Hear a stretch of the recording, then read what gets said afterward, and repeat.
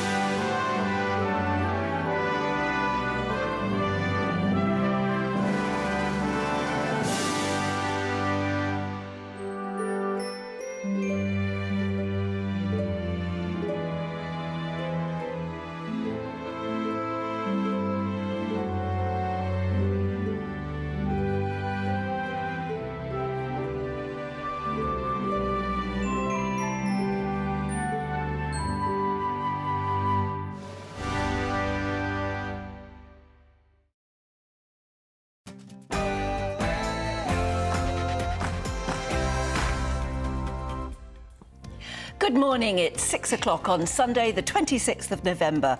Today,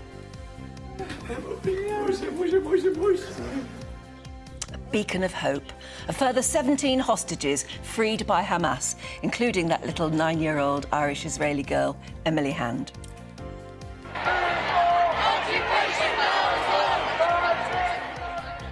And pro-Palestine demonstrators defy police warnings, with some carrying banners with anti-Semitic hate speech on, as thousands take to the streets calling for a permanent ceasefire.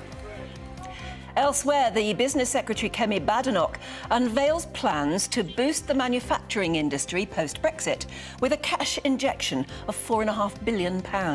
But is it enough to revive growth? And Craig Snell has your weather. Good morning. It's another cold and frosty start out there for most of us, but out towards the west, a change is on the way. Find out more in a little bit. And, of course, there's the sport. Yes, good morning. In the Premier League, it was honours even as the top two met at the Etihad, and Mauricio Pochettino laid into his Chelsea players, calling them soft after a 4-1 defeat at Newcastle. Well, it's lovely to be with you this morning. I'm Anne Diamond. And I'm Martin Daubney, and this is Breakfast on GB News.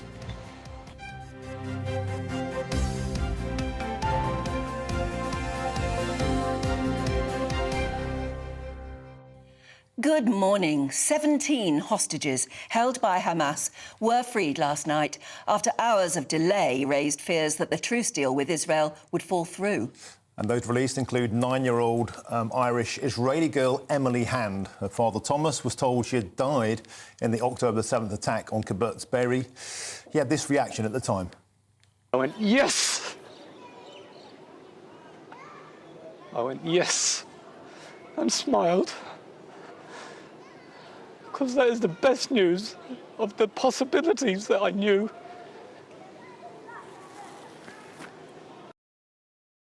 But now, after 7 weeks in captivity, Emily has been reunited with her father.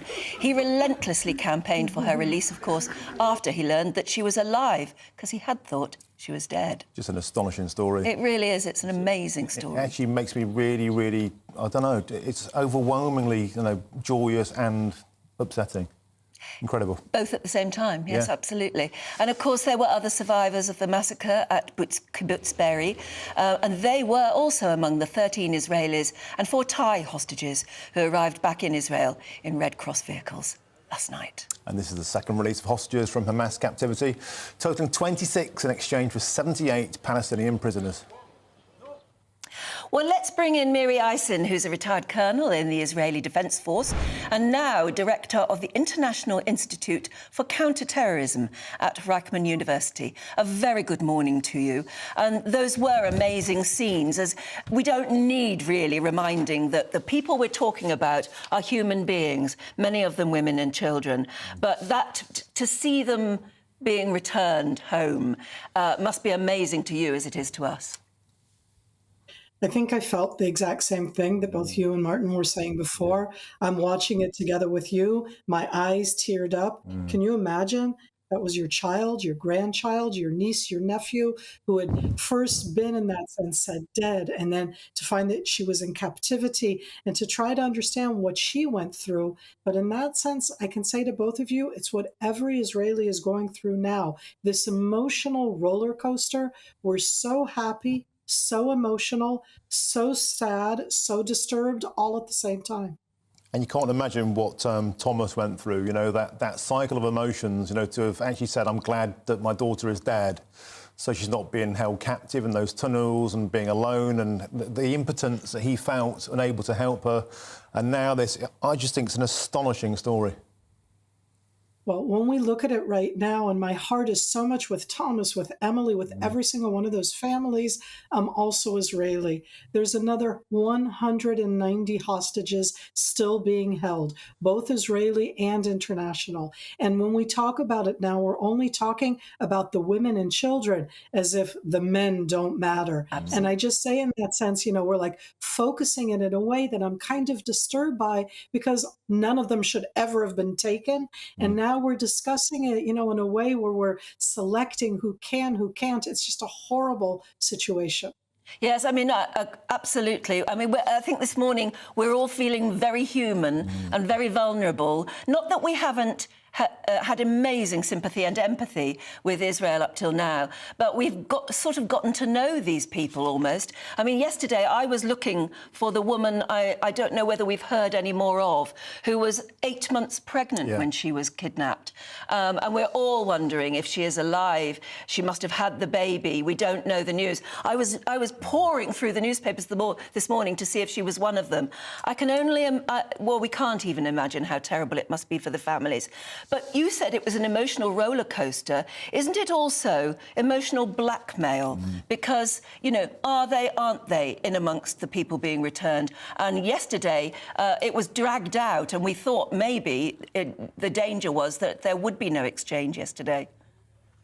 And that's part of the problem right now, or the challenge, I don't even know what words to use for it, when a terror hybrid organization bashes into Israel, brutally takes away 240 people, and I know I'm saying it again, brutally murders in the worst way on that same day 1,200 people, because again, in this exchange for the first time, there's a young woman who was at the Nova Musical Festival. She literally had landed in Israel the day before the music festival. She went there with her brother. She's the one who came back that they show with crutches. And when you say the emotional roller coaster, Hamas is trying to show themselves as being caring. Hamas is trying to show themselves as if this is some kind of equal exchange, and we all need to look at this carefully. That's the psychological warfare that a terror organization does. It wants to make moral equivalency. There is not, and we cannot bite into that. It's an interesting emotional dichotomy, isn't it? Because on the one hand, here we have a pause, this is what ceasefire looks like, and it's amazing, it's humane, and yet Benjamin Netanyahu's resolve to eradicate Hamas must remain. It's for us as Israelis right now, it's about where we live.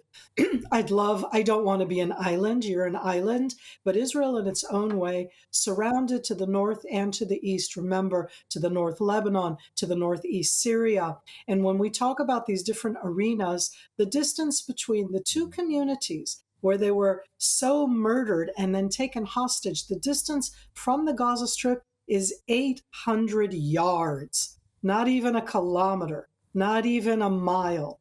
And how are people going to go back and rebuild their communities? Those communities were destroyed. They're not going to be able to move back for at least a year. And how can you move back and think that Hamas, that brutal genocidal terror organization, is on the other side of the fence? My heart goes out to the Palestinians, 2.2 million people who live on the other side, who deserve a better future. That future cannot be this brutal terror organization. And that's why we talk about both the continuation of the ground operation and that need to eradicate their capabilities. It's good to talk to you this morning. Thank you so much for joining us. And let's hope that when we talk again, there is further good news. Thank you. Thank you all. Yes, it is amazing that those... and when you think of it, the Israelis who've been putting up posters of missing. I thought, I wonder why they do that. Yeah. But now I know. It's to make them much more human. They're not numbers anymore. Those are human beings. And those people that were taking those posters down. Yeah, I mean, I know. it's just astonishing when you think about the actual reality of this. I'll cover this story on Friday, and when we saw those pictures of the kids coming out, and I thought, God, she's 9, and Yeah. she looks like that could be my daughter. My daughter's 9. Yes. My daughter could be Emily, and it's an absolute choker. And her dad, I'll never forget, at the beginning, Yeah. he said he hoped, he was told she was dead. That's right. And he was almost relieved because at least he could mourn her and he didn't have to fear of what she might be going through. Imagine how tightly he will hold her for the rest of his life now. Yes. Well, and that's another thing to it. How do you get people over the sort of horror they've been through? And some of them dragged away Yeah. and taken hostage, not knowing or having just seen loved ones murdered. You can't get past October the 7th, I don't think. Anyway, that's totally my view. I don't know if everybody's becoming more human to you, but let us know your feelings. Meanwhile, thousands are expected to gather in London this afternoon for a march against the surging levels of anti-Semitism. Yeah, organisers of the march say they no longer feel welcome in the capital, especially with the number of pro-Palestine protests that are going on. Well, yesterday, thousands took to the streets yesterday, as I said, to call for a permanent ceasefire, as the Met Police gave out leaflets warning against words or images, quotes, likely to land you in jail. That's as 18 people were arrested. Let's hear now from our political commentator, Peter Spencer. Peter, good morning to you. Always a pleasure. So another protest, another week, but this time a march against anti-Semitism, which has been no doubt precipitated by the constant pro-Palestine marches. Of course. I mean, there are widespread fears within the Jewish community in the United Kingdom that they will at some point be targeted by pro-Palestinian factions. And so it's quite understandable that they would be at some point responding to this. It has to be said, though, when you look at the protests that we had yesterday in London, that some 50,000 people or so marched, and there were 18 arrests, which as a proportion is extremely small. In fact, the police themselves make the point. They're talking about a small minority who were prepared to flout the law. The vast majority, very clearly, they weren't actually anti-Semite or anything of that nature. What they wanted was peace. Well, don't we all? I mean, as you guys have been saying just a couple of moments ago, the thing has become intensely human now. When instead of thousands of people dying, that's a statistic, but individual people. That is that makes the thing real. It's not surprising tensions are running, that emotions are running very high, and it's worth remembering too that a quarter of the Parliamentary Labour Party defied the party whip and also called for a ceasefire in this. And there's one final point I'd add, which is that the new Foreign Secretary, David Cameron, call me Lord Dave, also, the last thing that he had to say on this subject was, look, we need not only security for the state of Israel, but also we need peace and security for the Palestinians. So the message about the ceasefire has become just that little bit more nuanced by leaders across the world. Yeah, Peter, we were talking yesterday at this time, weren't we, about whether or not giving out leaflets saying please obey the law would actually work. What do you think? Do you think they did? I mean, 12 arrests isn't bad for that many people on the streets of London, is it? No, it's not bad. I mean, the figure I have is 18, but it's a handful anyway, for heaven's sake. I mean, I think that in large measure the putting out of the placards was very much the police covering their backs, because realistically, and I think, as you say, we were talking about this time yesterday, realistically, the police couldn't sort of in physical terms really ban this, even, I mean, because what they would say isn't rightly that we have a sacred right of free speech in this country, and if people stick within the law, then that's fine. But I mean, when you get numbers like this, I mean, you think, OK, so we just ban it then? Right, well, exactly how? People would go to the streets anyway, so what do? Get out the water cannons? I mean, it's not actually physically possible to prevent people from expressing their emotions at a very, very heightened emotional time of this nature. So I think they were in a cleft stick that on the one hand, yeah, they have to preserve the right to free speech, but they also have to keep people within the law. So cover their backs by putting out these leaflets. And I don't actually really imagine those leaflets made much difference either way, but they tick the box, which they have to do. OK, Peter, but we must recall that there's been a 650% increase in anti-Semitic hate crimes in London alone, and it's a sad state of affairs that this march is even required in the first place. But there we are. That's where we're at. It's the state of the world at the moment, isn't it? Peter, thank you very much indeed for joining us this morning. OK, it's 6:14. If you just joined us, a reminder of our top stories this morning. And a beacon of hope. A beacon of hope. A further 17 hostages are set free by Hamas, including 9-year-old Irish-Israeli girl Emily Hand.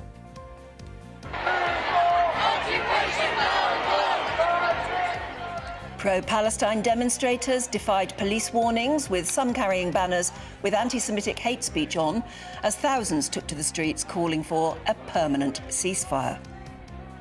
And elsewhere, the Business Health Secretary Kemi Badenoch unveils plans to boost the manufacturing industry post-Brexit with a cash injection of £4.5 billion. But is this enough to revive growth?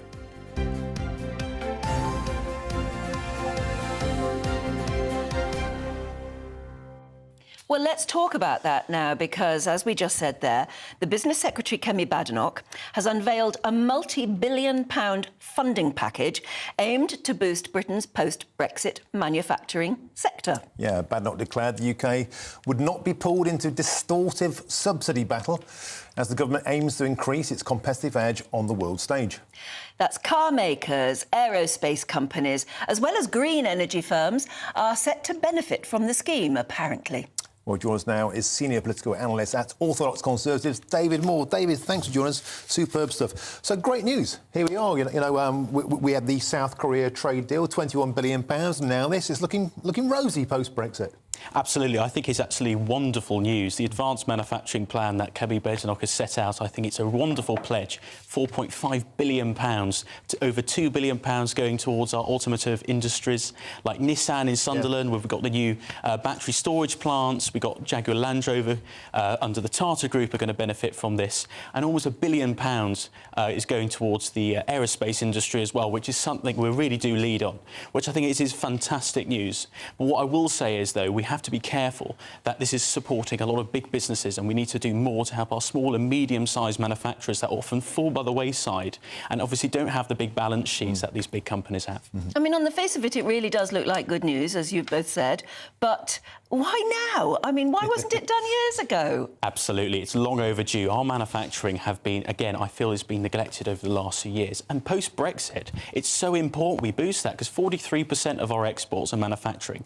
50 years ago, that was a lot higher. Since we're in the European Union, our manufacturing was decimated by the fact we followed EU state aid rules. We saw offshoring, we saw outsourcing, and capital left the country. And it's about time we return that capital, invest in our communities, and get the British brand on those products, because that's what the world wants. They love to see that. This idea of strategic industries, I think, is really key, and it's really intelligent. Things like British steel, making this a cornerstone of how we build, because what we don't want to be is dependent on imports all the time. Absolutely. And the sad thing about British steel, we have seen a very tragic decline in British steel. We have still specialist steel. My great-grandfather was a steel forger in Sheffield when it was, world-leading, where all the cutlery was built and made in Sheffield. And now we have the risk of, asset strippers, for example, taking industry out of the country. So the government has to play, like you say, a strategic role to protect these industries. Yes, but it was promising these things at Brexit, wasn't it? And it's taken this long for them to think, actually, we should deliver on this? It seems so cynical within a year of the next election, doesn't it? Well, this is so important we have that long-term vision, and it's so hard at the moment with the current political climate to have that long-term vision, but Rishi has has pledged that those long-term aims, and I really hope he can fulfil on that, especially with the time the Prime Minister's got. But it's so important because it is strategic national interest. And I think the problem is with countries like America and China, they have these subsidy wars, they have the cash to just keep printing money, subsidising, and we have this unlevel playing field. So it's important we set the stage where we're not wasting taxpayers' money, we're actually bringing in jobs and bringing in prosperity. Do you think, David, these kind of things resonate with the electorate? I mean, the Tories have enjoyed a 4-point bump this week after the autumn statement, but it's the pounds and the pence in the pockets that seem to matter more than these kind of big vision ideas. Is there time, even with this announcement, is there time to win back the electorate that they need? That's the big question.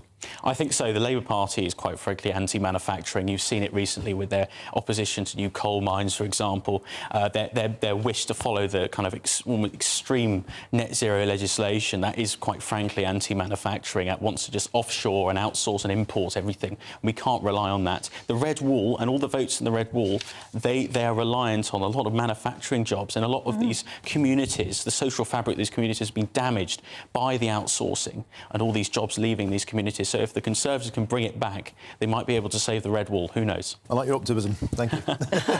Yes. Well, I wonder what you think of that. Is there time for your vote to be won over by announcements like this, by the autumn statement?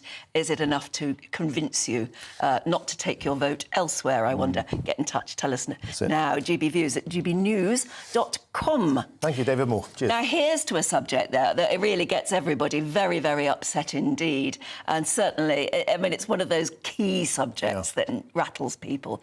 And it's about untreated sewage being dumped into UK waters. Apparently, that happened nearly 400,000 times last year. That's according to a campaign group called Surfers Against Sewage, who have released their annual water quality report. They've been going for years, these lot, and they do great work. The organisation also says more than 2,000 people have become sick as a direct result of coming into contact with polluted water. But as our South West of England reporter Jeff Moody now explains, it's not all bad news. Raw sewage, untreated, unsafe, and pouring unabated into our rivers and seas. Scenes like this caused widespread anger and disbelief over the past few years, but Izzy Ross from Surfers Against Sewage has been complaining for a lot longer. You know, the last few years for us has been all about bringing the truth to the surface, and we're still not 100% there with seeing that from the water companies, but we're starting to see actually the scale and breadth of the sewage scandal that is going on behind closed doors, and rightly the public are very angry about this, and we want to move this campaign along now ahead of the next general election to actually say, what are the solutions, and to get people to work in their local communities, to influence local candidates, to make sure water quality is top on the government's priority list. The study took place across the summer. The environmental group sampled 40 locations across the UK every week. Of these, 24 were deemed to be poor, and 4 were said to be worse than last year. Around 2,000 people have complained the dirty waters have made them sick. Grim reading, but not unexpected. Surfers Against Sewage say whilst the findings are shocking, there is a definite sense that the government and the water companies are finally listening. Today is really the start of our big campaign to work with a lot of local communities to make sure that they're fighting for water quality where they are, whether that's Northern Ireland, Scotland, Wales or England, and to say to the government, you know, we need to end sewage pollution. We've recently released our End Sewage Pollution Manifesto alongside other NGOs and organisations, which gives the government a 5-point plan about how they can end sewage pollution, which includes enforcing the law. It includes protecting high priority sites like the River Dart, where we see a diversity of wildlife, but we also know that lots of swimmers like to be here as well. So it details a plan that they can make to actually fix this issue. A spokesperson for the trade association Water UK said in a statement, water industry investment has transformed coastal bathing water with a 7-fold increase in the number of beaches achieving an excellent from the Environment Agency since the 1990s. We now need to do the same for our rivers and inland bathing areas to ensure we meet public expectation. Water companies are now proposing to invest £11 billion over the next 7 years to massively reduce storm overflows and radically improve the state of our rivers and seas. And with a general election on the distant horizon and the public firmly behind the drive to clean up our water, the hope now is something will finally be done to end the practice once and for all. Jeff Moody, GB News. Oh, Jeff, thank you very much. But that is, I mean, if you're listening on the radio, let me just describe. I mean, It should be a beautiful shot of the coastline, lovely blue sea, but you can see where the effluent is coming out into the sea. It's just a great big brown pool of stuff. And it's disgusting. And what annoys me is it's all very well for the water companies to say we are investing X billion pounds. Well, why don't we see it? They always try and obfuscate by making it saying we're investing X blah blah blah, and they come up with some sort of statistic, but we don't actually see the effect of that because we're still seeing sewage pumped out into what should be bathing waters, or at least fishing waters. And they've been going for decades, Surfers Against Sewage. Yeah, they do a grand job. Then back in the 90s, and they were brought into action because surfers were coming out of the water and having stuff on their shoulders, you know, don't go into detail, no. But really tangible. And we can see water like that, brown against blue. It's obvious. Completely out of order. Yes, it is. And yet I think they've gone on doing it again and again and again and again, as though they actually feel pretty confident that they're never going to be brought to order about it. Anyway, if you live anywhere near the coast or anywhere where you are conscious that there is a real problem with raw sewage being pumped into the sea near you or into any of the rivers and waterways, get in touch, tell us your story, because I'd love to hear from you too. Right now, thinking of swimming. It's a bit too cold to think of swimming at the moment anywhere. Greg Snell, how's your weather? Good morning. Welcome to your latest GB News weather forecast. I'm Craig Snell. Well, today's going to start off, again, fairly frosty, but a change is on the way as we're going to start to see some cloud and rain move in from the west. That's already in across parts of Northern Ireland, parts of Wales and southwest England. Ahead of it, it is a cold and frosty start, some mist and fog around too. And the sunshine really across many eastern parts really just getting eaten away. And by the afternoon, the best of it really is going to be reserved across parts of northern and eastern Scotland. Out towards the west, really, it's going to be a grey and disappointing afternoon. And despite the higher temperatures, I think for most, it's still going to feel fairly cold. Into the evening, this whole area of cloud and rain spreads its way further eastwards. Could turn briefly cold across the east, so as that rain bumps into it, we could just see a few slippy patches on some surfaces, but that will quickly clear, and by the end of the night, really, it's going to be a fairly cloudy and damp one for most, and temperatures for a lot of the UK above freezing, so certainly a lot less cold than it has been over the weekend. Into Monday morning, a fairly grey and damp commute for most of us. Some sunshine across Scotland, and that will sink its way a little bit further southwards as the day goes on. Behind it, we will see some fairly frequent showers, and some of these showers will turn quite wintry across parts of Scotland. So really, come the afternoon, I think the best of the dry and bright weather will be across Northern Ireland. Temperatures for many around where they should be, but still feeling fairly cold for the time of year. And coming up, Super 2-0 Newcastle thrashed Chelsea in the Premier League, and the Blues manager is not at all happy about it. We've got all the latest with Aidan McGee. This is GB News.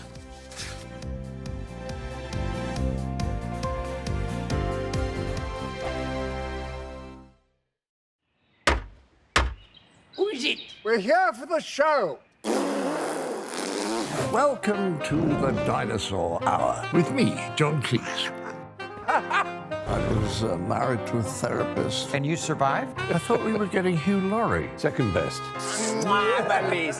You interviewed Saddam Hussein. What's that like? I was terrified. I'm playing strip poker with these three. Oh! No, thank you. My CDs need to be put in alphabetical order. Are you going to be problematic again? The Dinosaur Hour. Sundays on GB News. Tired of the usual focus-tested, pre-prepared Westminster runaround? Well, so am I. So you want higher taxes? Is your department to blame for this? Are you rethinking this policy? Every Sunday at 9:30, I'll be sitting down with those in power to get the truth about the issues affecting you.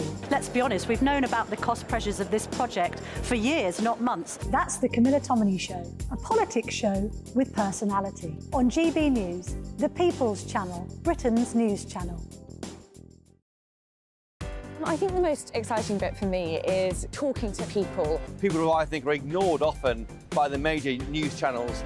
We're going to give news they want to hear. There's a voice there that needs to be heard. I think there's a chance here for a diversity of opinion to be expressed, which you don't find elsewhere. It's really exciting. We don't hold back. We're free to say how decisions that are taken here affect us all around the country. Only on GB News, the People's Channel, Britain's news channel.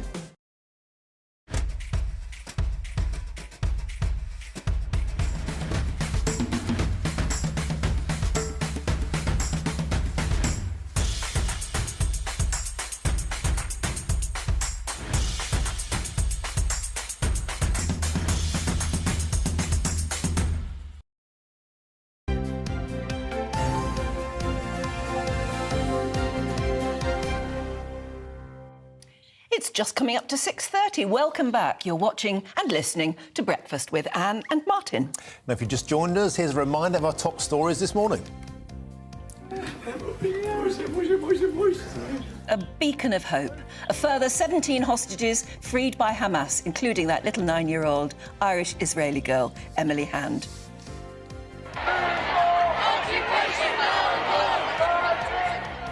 Pro-Palestine demonstrators defy police warnings, with some carrying banners with anti-Semitic hate speech on, as thousands take to the streets calling for a permanent ceasefire. Elsewhere, the Business Secretary, Kemi Badenoch, has unveiled plans to boost the manufacturing industry post-Brexit with a cash injection of £4.5 billion. But is that enough to win the next election?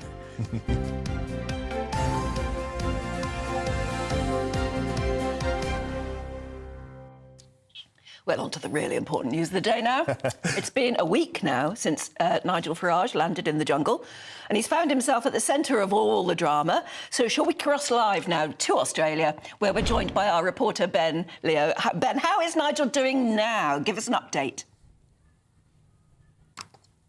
Good morning to you from Australia's Gold Coast, where the TV gods have answered our prayers. A superb episode last night where Nigel Farage sank 6 pints on a Saturday night. Unfortunately, not the kind he was used to. He teamed up with former pro boxer Tony Bellew for a bush tucker trial that saw him down 6 pints of blended crocodile feet, blended sheep anus, blended goat testicles and blended fermented duck egg. In the words of the late, great Steve Irwin, crikey, it was a ripper. Watch this. Blended snails. I love snails. Do you? Love snails. Last one, mate. Pull out for tonight. Go on, Nigel. There he is. There we go. Over halfway. You passed halfway. Keep it going. Come on, Nigel. Keep it going. Yeah. Time, gentlemen, please. Well done, guys. That is amazing. What an effort. Well done, boys. Wonderful effort. You have just earned 12 stars. That's 12 meals. Everybody's eating in camp tonight. Yeah.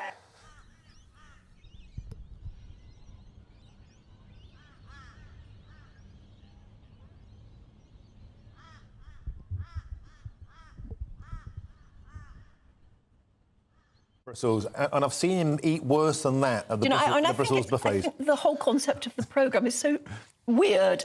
Why do you do that? But I guess the only thing that you can do, as Nigel must have done, is just you don't think what it is and you just gulp, don't you? Yeah. You don't try and taste. That's the worst thing to do. No, just don't let it touch the sides. Just get it down, tip it down. Yeah. Yeah, get it down, you. Why? I mean, who sits around a table and thinks that's, you know, oh, let's get them to drink this, and then they go through. I just can't get my head around that programme Well, they want at to all. punish them, don't they? It's on-screen torture, basically. Yeah, but it's that. But Yeah. that is Yeah. obscene that we watch it, then, isn't it? Well, that's part of the fun, isn't it? No, Watching anyway. people you don't like getting tortured, and that's why they keep putting Nigel through. But he just, as we saw there, buff straight down. I don't know. No problem. Yeah.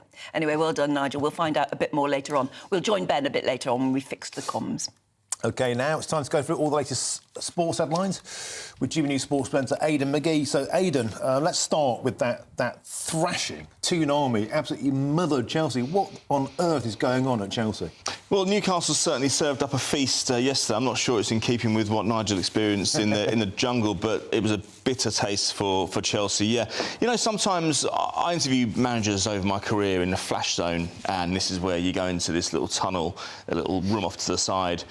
and you're talking to managers who just come out of the heat of the battle, and they're angry, they haven't really gathered their thoughts, and they just come out with stuff sometimes, and around an hour later, they often regret it. Well, this was Mauricio Pochettino yesterday. He said his team was soft. He said they were soft in every challenge. He said they didn't compete. He said we wasted opportunities after they built on excellent results in their 4-1 win at Tottenham, which is their local rival a couple of weeks ago. He has got a point. They had a brilliant 4-4 draw with Manchester City as well, going into the international break. And this is the quote he said afterwards. He said, "We talk about being a young team, and we have to learn. But I think these type of games make me very, very, very, very, just the four verys angry, because it's about showing personality and character. You know what, when you criticise a player, when you criticise your team, you talk about tactics, you can talk about application, but you don't talk about being soft, you don't talk about the personality and the character You not being don't talk right. about being disappointed with 2 S's either, can I just point out? Spelling mistake. That's true. But I'm not That's surprised, true. but if you come off, if as you say, a flash zone? Yeah, it's a flash zone, yeah. I mean, as you say, somebody's coming off in the heat at the moment. It might make good stuff for you and for television or whatever, but I can understand that they're still really, really angry. I know, they nearly always regret it. They nearly always regret it later on. It can land them in trouble sometimes as well. It's unfair in a way. It is. They can be fined as well for if they say anything untoward. You know, it's been done. It's been done before. But nonetheless, they got beaten 4-1. Half time it was 1-1, and then they got Reece James sent off. They conceded 2 goals in 2 minutes. They're never going to progress. Chelsea down in 10th place, having spent £1.5 billion since the takeover. They're never going to progress unless they get the basics of that just right, and they can't. They're not doing that right now. I've got a few mates who are Chelsea fans, and they were just morose last night. They're absolutely just don't know what's going on. I mean, no, they're exactly. used to such success. 5 defeats now. I've been a Forest fan. 5 defeats. They're on a real wobble. Yeah, they are indeed. I mean, I'm not. You look at the progress they made recently. It took a while for that to happen. You think, well, maybe they're just over the hill now. Maybe they can get and have a really decent season. But you know, a defeat like that. Newcastle have got severe injuries as well. They've got the Champions League coming up, and so yeah, it was a really chastening day for them at St James's Park. You got a bit of F1 for us? Yeah, that's right. Well, we've got the Abu Dhabi Grand Prix today, the final round of the season. It's not been a particularly entertaining series this year, just because Max Verstappen, who got his 12th pole yesterday, he's going to win it again. Yeah. And it was amazing. 2 years ago, we had that brilliant race that tussle between Hamilton and Verstappen. We thought it was going to usher in a new era of those two at the top, just duelling left, right, and centre, and it just didn't happen at all. And it's become quite processional. Yeah. The Constructors' Champions up for grabs today as well, between second and third. I mean, that's how uninteresting it is. First is out of sight. It's between Ferrari and Mercedes to take second. So it's basically a competition to see who's done the worst job, or who's done the best of a bad job. So Hamilton's down in 12th. There's been the story this week. Anne and I mentioned it yesterday about how potentially Hamilton could team up with Verstappen at Red Bull. That's been dismissed by both sides. A bit of mischief making as well. But anything to make this thing interesting, because at the moment it's just not giving value for money in terms of entertainment. We're seeing some brilliant performances, but we want to see the duels. We want to see the competition, the aspect of competition, to make it more interesting for all of us. Well, the most interesting thing really has been the manhole cover in Las Vegas. Well, yeah, I mean, exactly. I mean, that was... Yeah, exactly. You'll have to explain that. Well, a car went over a manhole cover... This is last week. Last week, and that was a street, so that the street's been adapted to be a track, and it took the manhole cover off and damaged the car. It was the downward force of the car. Oh. Charles Leclerc's car, wasn't it? Ferrari. Ferrari, yeah, exactly, who went over the manhole cover and lifted it up. And so that was why the race was postponed. The fans ended up watching it 2.5 hours later than normal. There was even a lawsuit suggested. Well, there was actually one filed in Nevada. That's the problem. You take it to these places like £100,000 for a ticket, like the US, in one of the rooms, and the blooming race was cancelled. That's terrible. So, but at least we had a talking point in the F1. We haven't had much of those. Honestly, it's as boring as trying to play Scalextric at Well, that's Christmas. exactly right. Yeah. Never quite worked. I thought it was quite a good game, actually. Scalextric. Yeah. No, the cars always come off the track. Yeah, I know. Going. You're just buying those cheap ones. You need to. They give for about 2 minutes on Christmas Day. Yeah, 2 minutes, and that's it. Absolutely. Superb. Thanks, mate. Cheers. Thank you. Now, 'tis the season to be jolly, unless you're Netflix, because apparently their latest movie, which is called Best Christmas Ever, isn't. That's in Headline Makers next.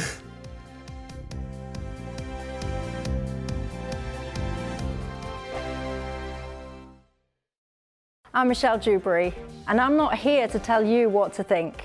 I'd much rather hear what you have to say. So, send in your opinions to gbviews@gbnews.com. Keep them clean, and you never know, I might read them out. With my panel here on Jubes & Co, we debate, we get stuck into the issues of the day on a show where all views are welcome, especially yours. GB News, the People's Channel, Britain's news channel.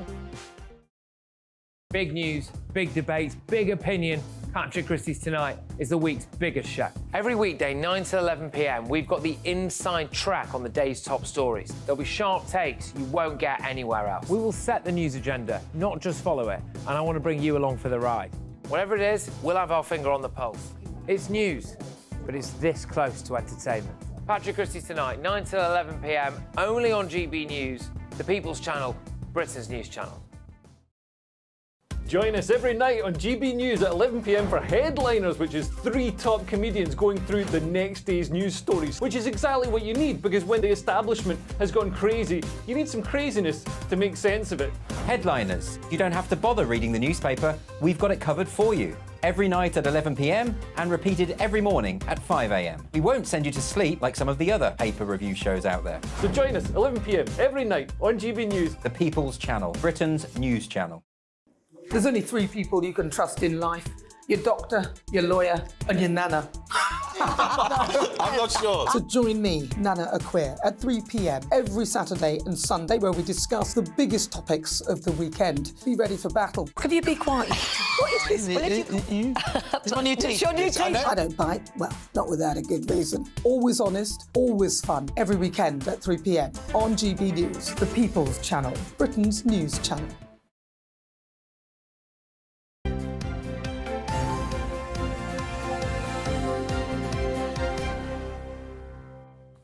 A very good morning, especially if you've just joined us. It's 20 minutes to 7.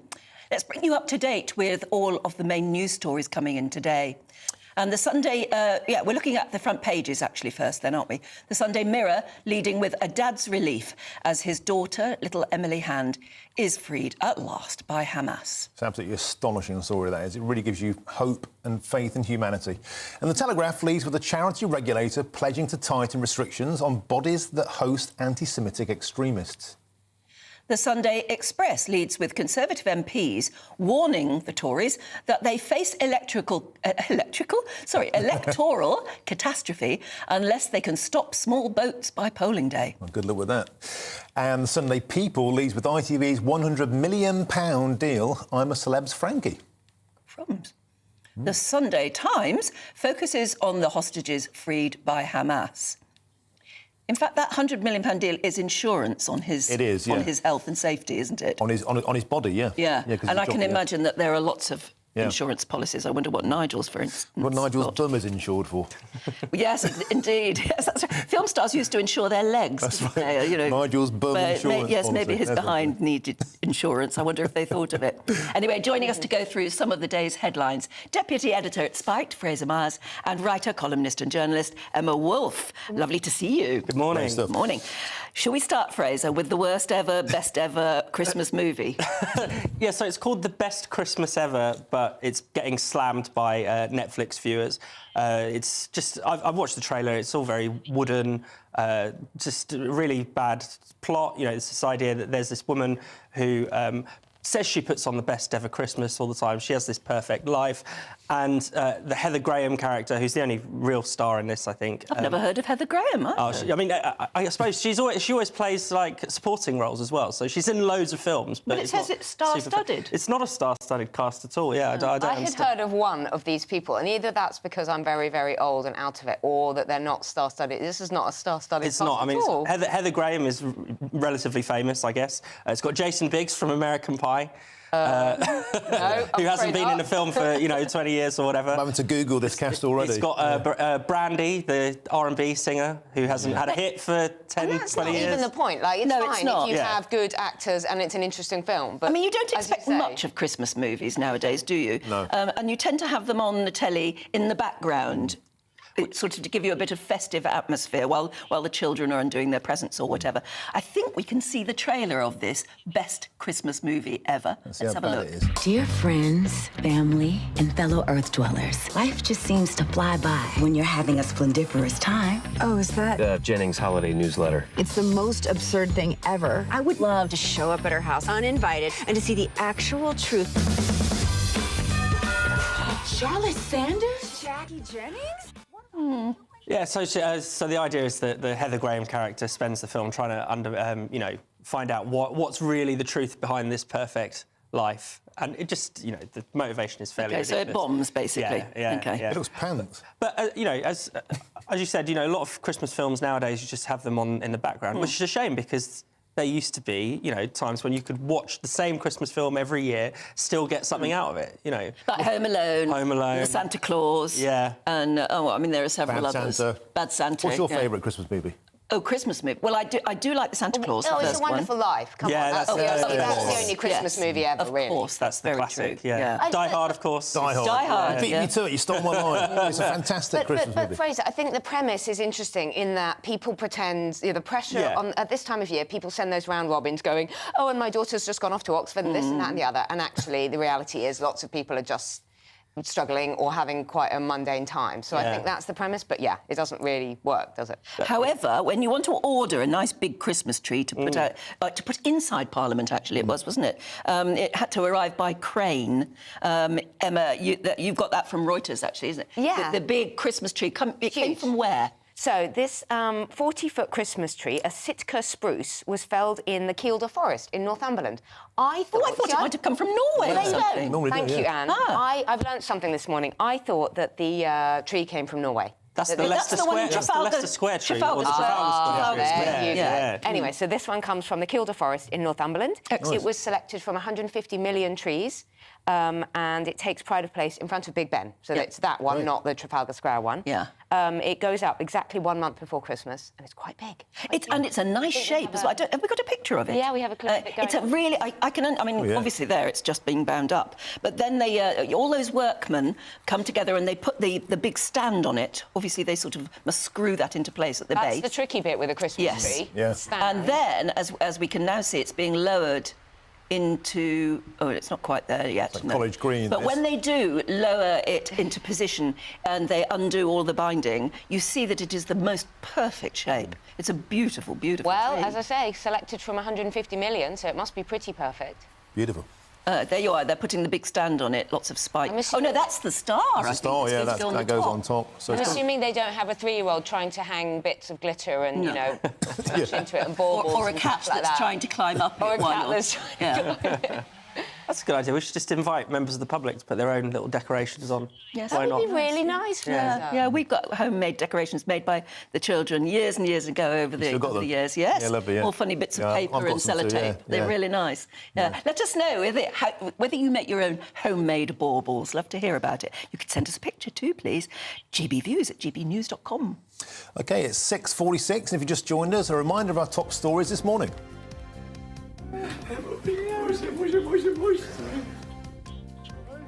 A beacon of hope there. A further 17 hostages set free by Hamas, including that little girl there, 9-year-old Irish-Israeli girl, Emily Hand, reunited at last with her dad. It just gets me really choked, that's always wonderful.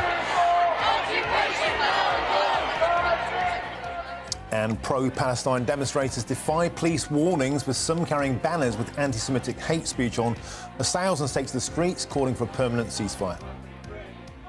And the Business Secretary, Kemi Badenoch, has unveiled plans to boost the manufacturing industry post-Brexit with a cash injection of £4.5 billion. But is that enough to convince voters? And we still have the pleasant company of Fraser Myers and Emma Wolfe looking through the papers for us. Fraser, back to you. The world's largest iceberg is on the move. So there's this huge iceberg. It's 3 times the size of New York City, twice the size of Greater London, and it's moving. It actually was a part of the Antarctic continent. Sort of ice shelf. It broke away in the 1980s. At the time that it broke away, actually, it still had a Soviet research station on it. Ooh. And they tried desperately to rescue it. but it was lost, unfortunately. Huh? But yeah, that's when it first started moving, and then it stopped for a while, and now it's on the move again. I mean, it's too large for someone to accidentally, drive a ship into it like the Titanic. Good. So I'm not. But where's it going? Where do they think it's going? Or it's just It's just floating around. It goes adrift. It just sort of drifts around. And the BBC says it's not related to climate change, interestingly. Well, that's it's not actually related Everything's related to climate change. Yeah, you think, normally. people getting ill or something, people... We'll have to watch out for car that. crashes related to climate change. But no, this is not related to that. It's just something that happens. It's how many times bigger than London? It's twice as big, twice as large as Greater London. Wow. That's massive. So, That is yeah, absolutely vast. It is. Yeah, it's almost a whole continent on its own, isn't it? Emma, tell us about this lion in Kosovo who's never seen snow before. From the chilly to the warm. Well, this lion is called Gajon, and it comes from Africa originally, and it's in Kosovo, in this animal sanctuary. It was rescued from a local restaurant where they keep these lions to amuse clients and customers. Oh, my... It was caged in a local restaurant, and it's now one of about 20 in this sanctuary. Oh, there we go. Very sweet lion. Right, if you're listening on the radio, we're seeing pictures of a snow-covered enclosure and a lion walking through the snow. He's thinking, what the heck? Yeah, he's quite baffled. He doesn't know how to hibernate because he's never really hibernated. Oh, of course, So because he's been just kept likes indoors by a restaurant. He likes to guzzle buckets of vegetables. He's very sweet, and there's a few of them. And they're going to try and repatriate him to South Africa when they can. They've got legal, all sorts of legal tape. You see, I'm an expert on Gajon. And, no, he's going to be transported over to South Africa. Do we know how old he is? He'll be a bit warmer. I don't know. He looks a bit grizzled. He's fairly young. Yeah. Is that right? Well, you can't really tell, I suppose, just from that picture. But you just wonder how long he's been in captivity and how they'll ever get him used to the idea of being released. Caged in a restaurant in Kosovo. Yeah. Yeah, well, I mean, he's got a happier life now. At any rate, Fraser, let's get on to some juicy politics. We keep talking about these electoral bribes. The Tories endured a 4-point bump this week. Now they're facing electoral catastrophe. Yeah, I think the electoral catastrophe is probably the biggest story. Yeah, the sort of budget. they earned about 4 points in the polling from the budget, which means they're still about 20 points behind Labour. Let's be real. But the big issue here, Tory MPs are saying that unless they stop the small boats, unless they cut migration by the time of the next election, then they're really toast. I mean, I don't actually see how this could really have an impact. I mean, the people who have, it's 1.2 million people have come over here in the past 2 years. That's right. Net. Yep. That is going to feed into, strains on public services and things like that. That even if you cut next year's figures, even if you halved it, 400,000 people come next year, are people going to suddenly decide that the immigration issue has been resolved? I don't really buy it. And actually, stopping the small boats, even if they could, isn't actually going to make that much of an impact. Well, that's it. It's not 400,000 that are coming over on small boats, is it? Well, it's 45,000 on boats and 645,000 via the front door. Yeah. And I wonder, Fraser, if this has been brought into sharp relief, this kind of King Canutian style, we can't stop the tide of the small boats, yet, actually, the bigger issue is the legal route. The fact that we have so many students, so many skilled workers, and that's the real issue. That in terms of the magnitude of the problem, it's legal migration that's the issue, isn't it? I think they're both problems. I do think that it is important. The stopping the boats thing is an important focus because that involves organised crime.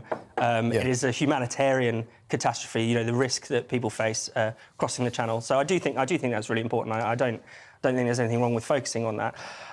Legal migration, I mean, it's interesting how the sort of points-based system hasn't worked out maybe how people thought it would. Perhaps some people think the thresholds are too low. But then, there are other aspects to it. One thing that was striking is the way that the figures were revised for last year's migration. More than 120,000 people, more people came here than we thought, or than the Statistics Authority thought, which is surprising because everyone, should have a visa. They should be accounted for.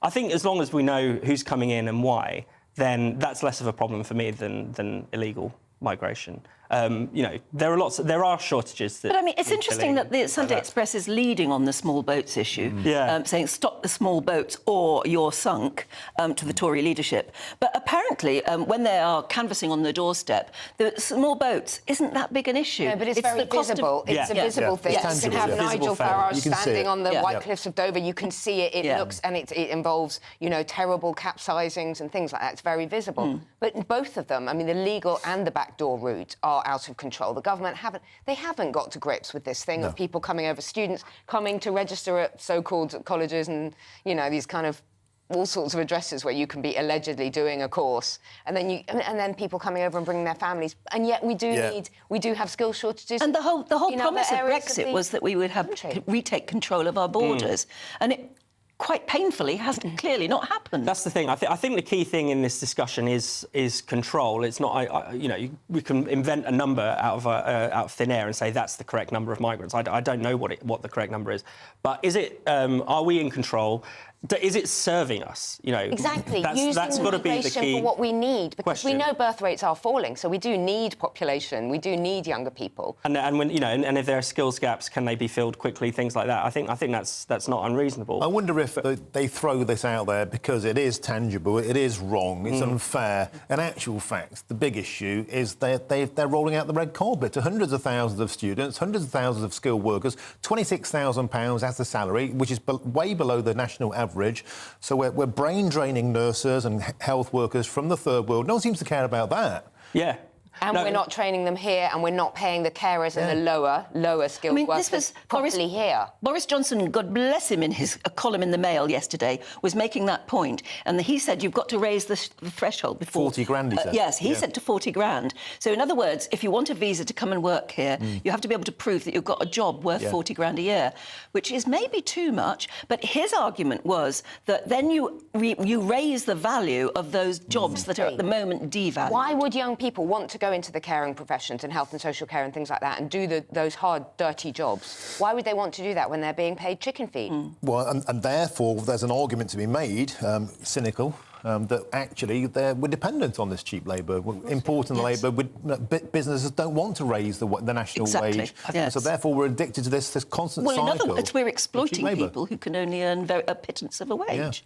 Yeah, I think that's right. And I think it has been able to mask, deeper problems in the British economy. The inability to get raises to go up.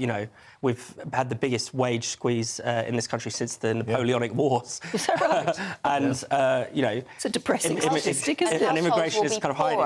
Poorer at the end of this Parliament in 2024 than they were at the beginning. I mean, that's a pretty appalling legacy. But if you go back in time to the Brexit referendum, I had so many truck drivers, bricklayers, plasterers, plumbers, sparkies contacting me saying we can't compete anymore because of all the Polish lads coming over. And now I don't understand why the left used to fight for a strong working wage for British people. That used to be a cornerstone of what the Labour Party stood for. And now it seems, actually, forget about that. We'll just get people in from India and Nigeria and off you go, lads. And Keir Starmer, actually, this week said what we need to do is train British nurses. Excellent idea. Let's have a bit of that. Well, we do train British nurses. But it doesn't happen instantly. Not enough. We also need a couple of years to train them. It's a bit like house building. We've known we have a massive housing shortage in this country. It doesn't happen instantly. You have to do these things and plan for them. And everything is so short-term. I think we need to change the nursing profession as well, in that it was required that you have to now have a degree to do nursing. But there are good essential nursing jobs that don't need degree holders. I totally agree with that. You used to go in as a state-enrolled nurse, didn't you? And I think you could even start that job at 16 in the day. That's a great idea. And work your way up. And crucially. you can work your way up. But the important thing is that you've then got a workforce of nurses who are there to do some of the sort of slightly lesser jobs than the ones who hold degrees. Why not? Yeah, and crucially, you then have a wealth of experience. You have people that have worked with sick people, and you have local nurses. What were they called? The lovely kind of county nurses that would come out to people locally. Same with coppers as well. They have to have a degree now, but there's so many like army veterans that come out of the armed forces, be brilliant coppers, but they haven't got a degree, so they can't make the grade. Bring back the old days. Yeah. Yes, not everybody needs to get a degree to do the job well. It really doesn't. Totally agree. Anyway, there you are. If you're a nurse or a policeman or whatever, and your industry has been affected by the need to have a degree, love to hear from you with your views. gbviews@gbnews.com. In the meantime, thank you so much. We were going to talk about Hamas and the release of hostages, but of course we're going to be doing that so much in a few moments. So for the moment, Emma and Fraser, thank you very much. Great stuff. Yeah, I mean, it is good news that in the end, after a nail-biting day, they did release some of the hostages, amongst them that little girl that we've all grown to know and love, and her dad. Anyway, we'll bring you much more news on that in just a couple of moments. Stay with us. You're watching Breakfast. GB News, unlike other broadcasters, isn't obsessed with the London-Westminster bubble. We think there's a nation beyond the M25, and that's why we talk about the issues that matter across the land. Join me on State of the Nation, 8 to 9 o'clock, Monday to Thursday, on GB News. Daisy's listening, and you should too. Your weekend starts here with Friday Night Live with me, Mark Dolan, 8 till 9 on GB News. Big stories, big guests and big laughs as we get you ready for a cracking weekend. That's Friday Night Live with Mark Dolan, Fridays 8 till 9 on GB News. Bring your own drinks, the admission's free. Good afternoon, Britain. Good afternoon, Britain. Join us, Tom and Emily, To find out what's happening in the heart of Westminster. and why it matters to you. Weekdays from midday, we bring you the most compelling stories from across the United Kingdom. And from your doorstep to our inbox. That's right, we want to hear from you. GB News, Britain's news channel. Wake up to the headlines with Headliners every morning at 5 a.m. We treat you to the day's biggest stories before anyone else, 7 days a week. You can catch up on everything you need to know before you've even had your kippers. Headliners every morning at 5 a.m. only on GB News, the People's Channel, Britain's news channel. Who is it? We're here for the show. Welcome to the Dinosaur Hour with me, John Cleese. I was married to a therapist. And you survived? I thought we were getting Hugh Laurie. Second best. You interviewed Saddam Hussein. What's that like? I was terrified. I'm playing strip poker with these three. No, thank you. My CDs need to be put in alphabetical order. Are you going to be problematic again? The Dinosaur Hour. Sundays on GB News.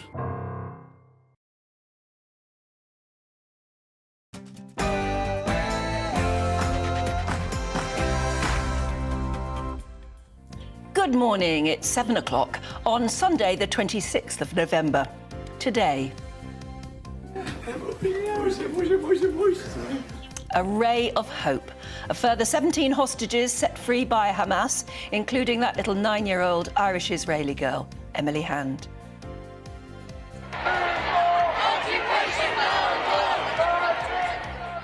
Pro-Palestine demonstrators defy police warnings, with some carrying banners with anti-Semitic hate speech on, as thousands take to the streets, yet again calling for a permanent ceasefire.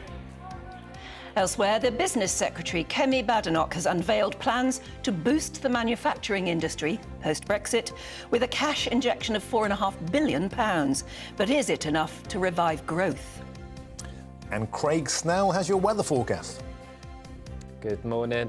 It's another cold and frosty start out there for most of us, but out towards the west, a change is on the way. Find out more in a little bit. And there, of course, is sport as well. Yes, indeed. In the Premier League, a draw between Manchester City and Liverpool allowed Arsenal to capitalise elsewhere and leapfrog those two into top spots. Meanwhile, we'll be looking ahead to the Abu Dhabi Grand Prix, the final one of the season. Lovely to be with you this morning. I'm Anne Diamond. And I'm Martin Daubney, and this is Breakfast on GB News.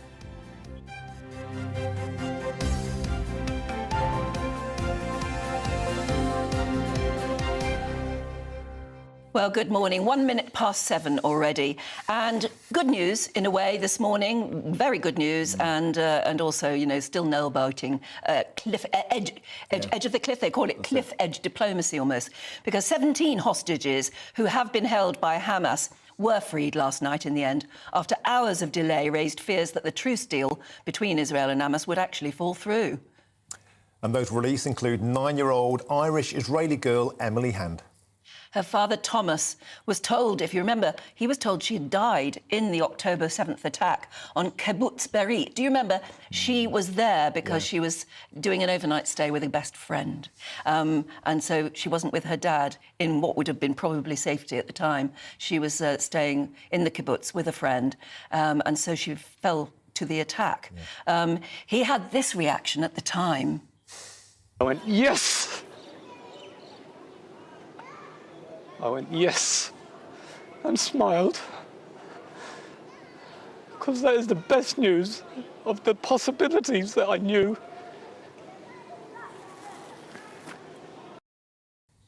I just find that so overwhelming.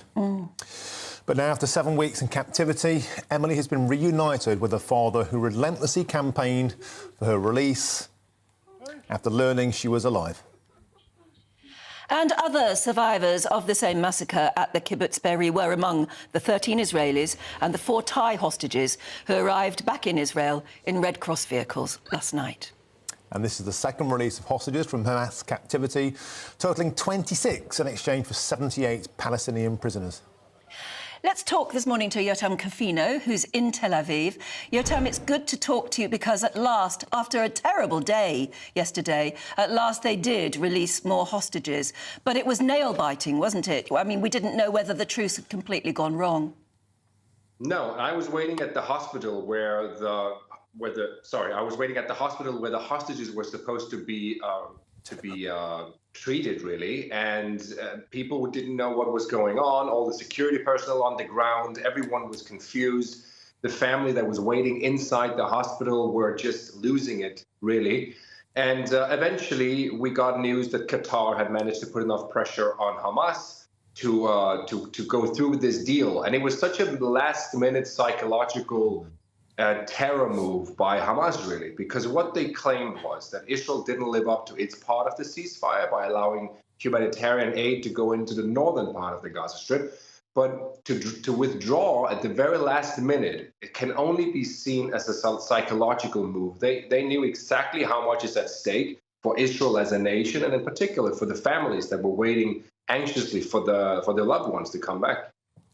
And do you think, Yotam, politically this will change things? Because there's been a lot of pressure from the United Nations, from other political parties around the world to go for a more permanent ceasefire. If this is what a ceasefire looks like, with freedom and joyous reunion, will that become more of a play? Or do you think Benjamin Netanyahu will have to keep his resolve? He said all along this won't end until Hamas is eradicated. Every person in Israel says the same thing. Hamas has to be wiped out. There will be no ceasefire, no long-term ceasefire, no peace deal with Hamas. This is just a temporary ceasefire. And the minute that Israel assesses that it cannot get any more out of Hamas in terms of deals, it will attack them again. It will try to extract the remaining hostages by force. It's an illusion to think that Hamas will remain in Gaza and to govern. Any government in Israel, whether it be this one or a new government following an election, no government will be able to convince the public that it's okay to allow Hamas to stay in power. So we're really just looking at a pause here, and we're waiting for a full-on war anytime soon, really. People, though, that although this is a humanitarian pause and at the moment hostages are being freed, that Hamas still have the upper hand, don't they? I mean, we saw it yesterday. If they insist, or they think they've got a way of insisting that the truce is falling and that Israel isn't abiding by what they see as the truce, they can hold back on hostages. This could go on day by day and go on for a very long time, couldn't it? Yeah. It could.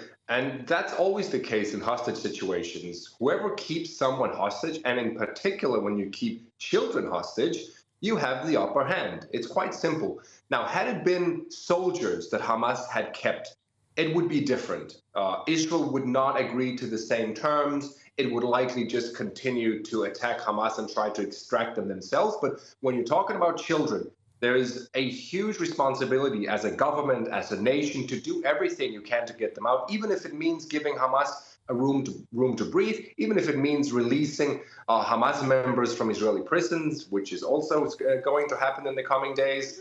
So it's really a dilemma that no government could get out of. Any government in this situation would have to basically play by the rules of the hostage keeper.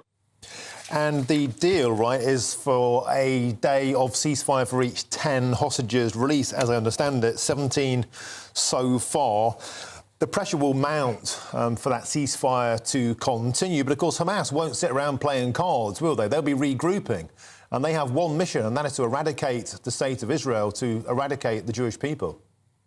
Exactly. The longer this war goes on, the more Hamas is winning. The entire world, and I'm not talking about the leaders now, I'm talking about public opinion. Public opinion is very much against Israel. People have forgotten about October 7th. They see the suffering in Gaza as the main priority. So sympathy lies with Gaza, really. And you also see it in the way that it's covered in the media. Yesterday, for example, there was a lot of media that made some sort of moral equivalence between the hostages, the children held hostage in Gaza, and the prisoners released from Israeli jails. So Israel is losing. Every day that this war continues, Hamas gets more and more, not support, but at least Gaza gets more support. And that's what Hamas is looking for.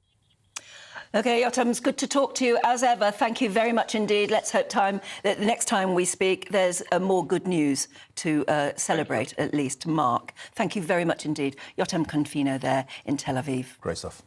Now, back here at home, thousands are expected to gather in London this afternoon for a march against the surging levels of anti-Semitism in the country. And organisers of the march say they no longer feel welcome in the capital, especially with a number of pro-Palestine protests that have been taking place.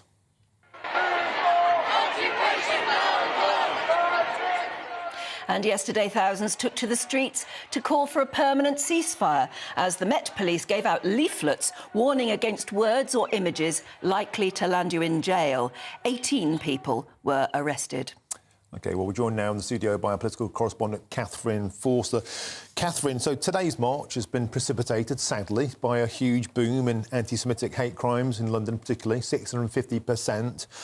It's a sad state of affairs, but it's very necessary. I understand yesterday you were at the pro-Palestine march and you got some stick. Are you all right? Yes, thank you. I've been reporting on the pro-Palestinian marches for several weekends since they began. I've also been reporting from Israeli vigils in Parliament Square for the hostages, Israeli human chains, again, remembering the hostages. But I think today's event, a march, will bring Jewish people out, and people who are supportive of Israel's right to defend itself and supportive of the Jewish community, and unhappy about the massive rise in anti-Semitism. Yeah. But do you want to hear the details of what happened? Were they getting at you because you were GB News or just because you were media? Because we were GB News, though later, after they dispersed, a lady came up and said, were we from the BBC? Because if we were, we weren't welcome because she objected to the BBC's coverage too. Oh. But it was GB News specifically. Basically, what happened was we'd just come slightly away from the march to do a live. I've never had any problem at these protests before. A guy started hassling us, who you from? Eventually, I said, GB News, and he just went into a rant with a megaphone about how we were evil, we were racist, we were scum, effing, and, and that, of course, attracted attention. So then that brought some other protesters with flags or whatever and basically surrounded us. We were cornered. I couldn't see any police because, there was 1,500 police, but the organisers estimated there were about 300,000 protesters. Couldn't see any police, so I rang 999 because I was scared. Crikey. Anyway, finally saw the back of a policeman, managed to get him over. They dispersed. He spoke to them, but he hadn't seen the footage, so couldn't arrest them then and there. Anyway, we've given an incident number. We've to upload the footage. They'll investigate. The Met Police also contacted me directly last night because, of course, it was all over social media. Worth saying, because there's a lot of messages about deport these people and whatever. The guy at the centre of this was white British. I very much doubt that he's ever set foot in the Middle East. And so we will see, but we will pursue it because it's not OK. It's an interesting point, isn't it? That they're taking part in a demonstration or a protest march, whatever you want to call it, presumably because they want they want the oxygen of publicity for their cause, for the point they're trying to make. And the minute a TV crew turns up to give them that very coverage, they resent that too. And it has to be said, Catherine, I know your work. You've been at all of these protests, and you've been a very sympathetic, neutral, unbiased journalist. You've been commenting on these from the start. You haven't taken a position, and what happened to you is completely and utterly out of order. Thank you, Martin. I appreciate that. Well, looking at the leaflets that the police were handing out yesterday, basically saying this is how not to get arrested, because, of course, they'd rather not. They made 18 arrests. Things were quite nasty down in Whitehall after dark, as they so often are. Yeah. But on the leaflet, it specifically said, don't cause fear, blah, blah, blah, using threatening words or aggressive behaviour that could be considered intimidating. Well, I mean, I've been around for a while, but I was shaking by the end of it. It was intimidating. You are now, actually. I can still see you. You're bothered by it. Well, you would be. I mean, you shouldn't have to do that. No, it shouldn't have to happen. Yeah, but also another thing that struck me was that it's becoming sort of big business as well, these marches, because there were people there selling flags, selling umbrellas, selling caps in 4 different designs: Gaza, Jerusalem, Palestine, badges, bracelets, branded hoodies. You know, it's incredible, like as if you were going to a football match. Yeah. And yet this is all because of horrific suffering in the Middle East. Yes, and it just defies belief sometimes, but those very people who claim they're protest marching because they have a right to do so, because we completely embrace the right to protest in this country, they feel they've got a right to be there. So have you. Yeah. Well, exactly, and the thing is, the media is our window onto the world. The media is how everybody knows what's going on. So if it wasn't for the media, wouldn't know about what was happening in Gaza, wouldn't know about what's happening in Israel. Do they really want to live in a world where media crews aren't allowed to turn up to things? Because then we would all be blindfolded about what's happening going on. It defies belief, but then a lot of these people do. It just really upsets me. It bothers me. It's appalling. I hate, women being bullied, full stop. It's appalling, but I think what is frightening is it's the level of hate that, press a button and the hate is there, and that's horrid. And he was whipping it up with a megaphone while all the time accusing us of being the hate watchers, which I did find quite rich. Well, sterling work. Yeah. Well Anyway, done. Well done, yes. Glad you're OK. Right, OK, let's move on at 7:14 to another big story, actually, specifically if you're in certain businesses, because the Business Secretary, Kemi Badenoch, has unveiled a multi-billion-pound funding package aimed to boost Britain's post-Brexit manufacturing sector. Yeah, Badenoch declared the UK would not be pulled into a distortive subsidy battle as the government aims to increase its competitive edge on the world stage. Well, what does all that make to car makers, for instance, aerospace companies, as well as green energy firms? They should hopefully benefit from this scheme. Well, joining us now is senior political analyst at Orthodox Conservatives, David Moore. And you think that overall it is a good news story, this? I think, and about time too, about time we had some long-term vision and actually supporting our manufacturing industries. Over £2 billion pledged to our automotive industries, whether it be Nissan in Sunderland, the Tata Group as well, to our aerospace industry. They all need assistance. 43% of our exports are indeed manufacturing, but we can really boost on that number as part of our post-Brexit. This was a Brexit promise as well, wasn't it, to look after those big manufacturing industries. But Brexit was quite a long time ago. Why do you think they've chosen now to make this announcement? Government, regardless of the colour, tend to be very slow when it comes to supporting industry, and it's a real shame because this should have come far earlier.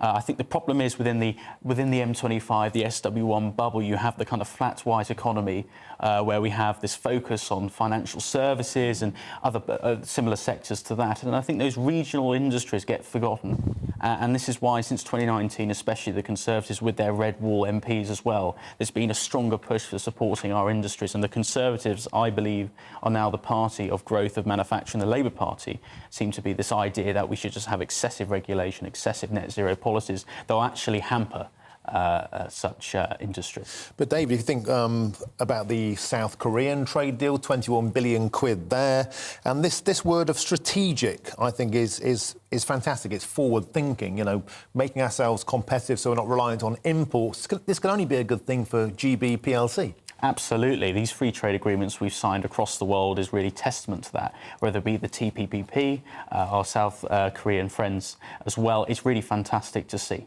And it's important that as a country we embrace free trade, but also have a pragmatic option as well, having free trade, but also protecting and supporting our industries. I think what we need to do with this new announcement is support our small and medium-sized industries, because this means a lot of larger companies will be receiving subsidies with the big balance sheets. But we have to remember those small and medium-sized companies who can't get on the tender. So we need to be empowering those companies too. Whether this move impresses swing voters or not, or red wall voters. Whether or not that happens, it's got to happen. They've got to move on this quickly if they're hoping that it will have any effect.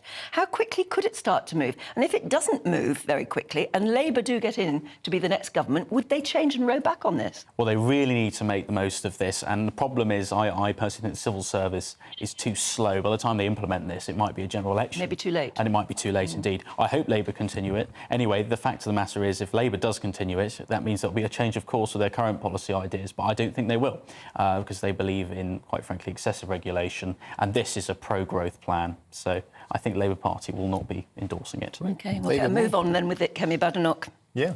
Great stuff. Thank you, David Moore. Yeah, Superb. thank you very much indeed. Let's change to a completely different subject, but one that I know people get very, very upset about. And that's the problem about untreated sewage being dumped into UK waters. Apparently, there were instances of this happening 400,000 times just last year. That's according to the campaign group Surfers Against Sewage, who've released their annual water quality report. Yeah, the organisation also says more than 2,000 people have become sick as a direct result of coming into contact with polluted water. But as our South West of England reporter Jeff Moody now explains, it's not all bad news. Raw sewage, untreated, unsafe, and pouring unabated into our rivers and seas. Scenes like this caused widespread anger and disbelief over the past few years. But Izzy Ross from Surfers Against Sewage has been complaining for a lot longer.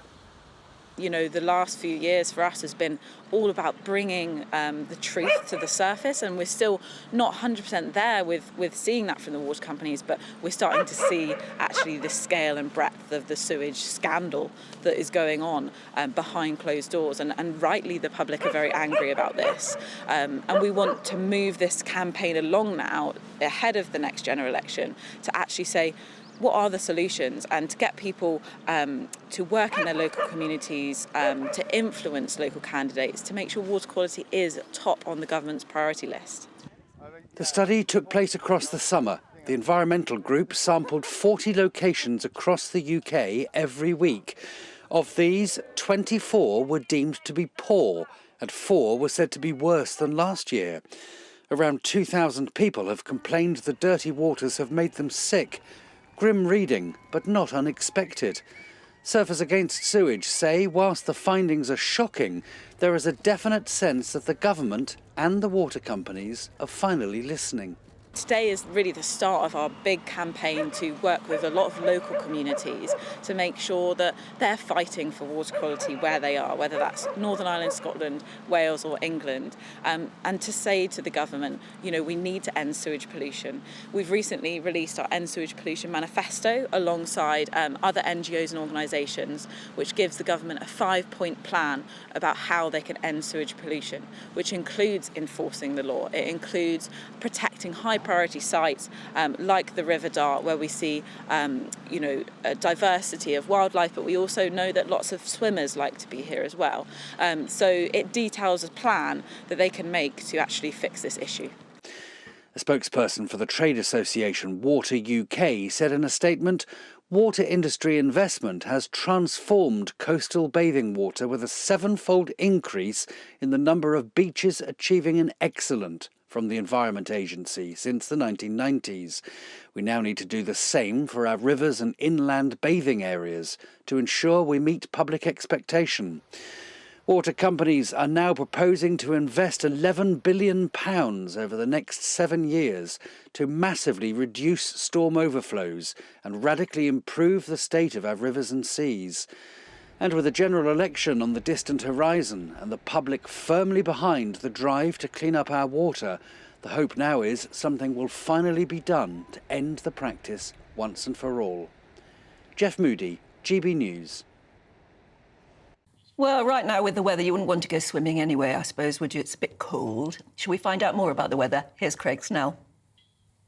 Good morning. Welcome to your latest GB News weather forecast. I'm Craig Snell. Well, today's going to start off, again, fairly frosty, but a change is on the way as we're going to start to see some cloud and rain move in from the west. That's already in across parts of Northern Ireland, parts of Wales and southwest England. Ahead of it, it is a cold and frosty start, some mist and fog around too. And the sunshine really across many eastern parts really just getting eaten away. And by the afternoon, the best of it really is going to be reserved across parts of northern and eastern Scotland. Out towards the west, really, it's going to be a grey and disappointing afternoon. And despite the higher temperatures, I think for most, it's still going to feel fairly cold. Into the evening, this whole area of cloud and rain spreads its way further eastwards.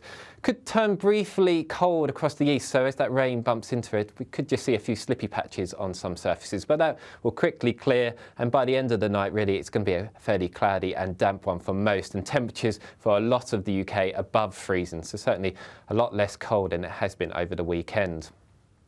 Into Monday morning, a fairly grey and damp commute for most of us. Some sunshine across Scotland, and that will sink its way a little bit further southwards as the day goes on. Behind it, we will see some fairly frequent showers, and some of these showers will turn quite wintry across parts of Scotland. So really, come the afternoon, I think the best of the dry and bright weather will be across Northern Ireland. Temperatures for many around where they should be, but still feeling fairly cold for the time of year. And we're heading down under to get the latest on Nigel Farage's time in the jungle. Coming up soon. This is GB News.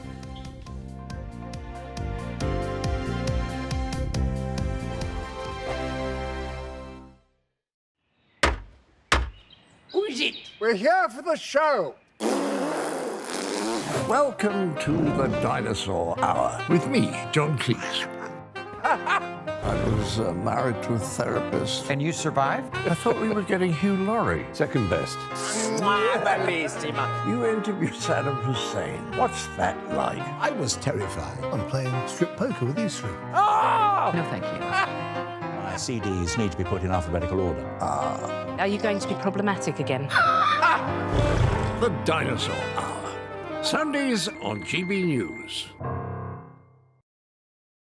Good afternoon, Britain. Good afternoon, Britain. Join us, Tom and Emily, To find out what's happening in the heart of Westminster. and why it matters to you. Weekdays from midday, we bring you the most compelling stories from across the United Kingdom. And from your doorstep to our inbox, That's right, we want to hear from you, GB News. Britain's news channel.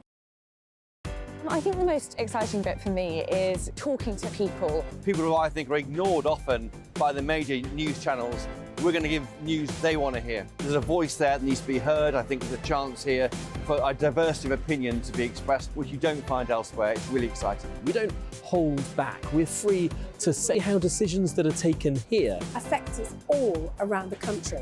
Only on GB News, the People's Channel, Britain's news channel.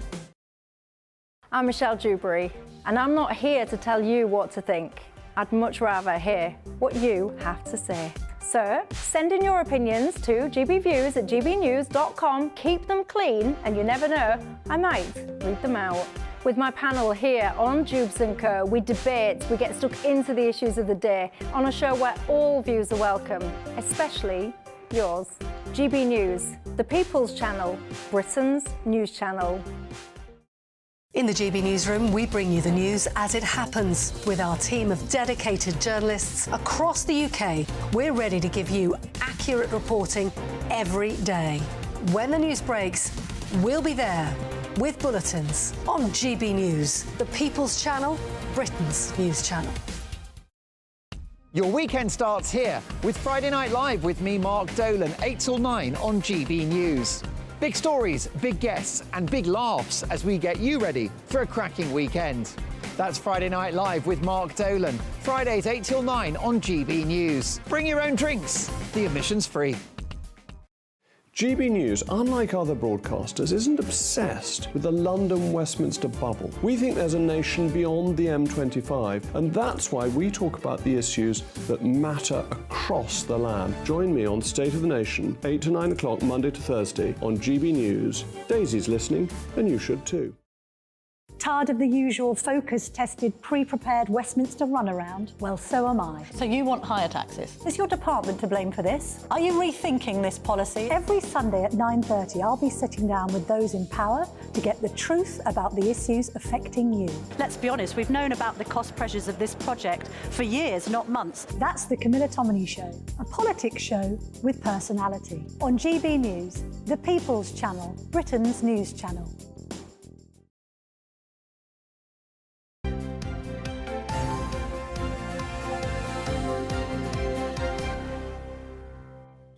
Good morning again. It's 7:27.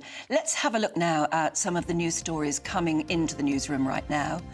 And another child involved in the stabbing incident outside that school in Dublin on Thursday. Well, good news that they've left hospital. 3 children and a school teaching assistant were injured in the attack, which was followed by rioting in the city centre. The teaching assistant and a 5-year-old girl still remain, though, in critical condition. And a man has been remanded in custody for allegedly sending threatening messages about Israel and Gaza to an MP. Faraz Al-Jaousi from Swindon was arrested by counter-terrorism officers on Thursday and was later charged with stalking North Swindon MP Justin Tomlinson. And David Bowie's handwritten lyrics for 2 of his songs could fetch up to, well, £100,000 probably, at least, when sold at auction. They contain the late singer's notes when creating his tracks Suffragette City and Rock and Roll Suicide. Bowie's handwritten lyric sheet of Starman, wow, has already sold for £165,000. Brilliant.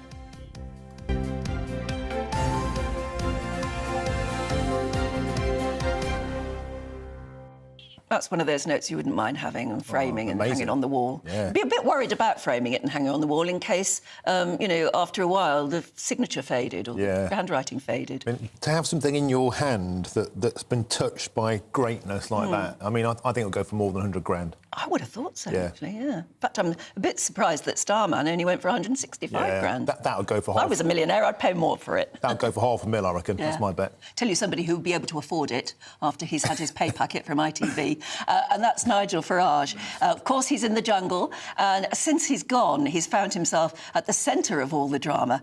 Let's cross live to Australia now, where we're joined by our reporter, Ben Leo. Hi there, Ben. Give us the latest on Nigel. I gather he was very busy last night.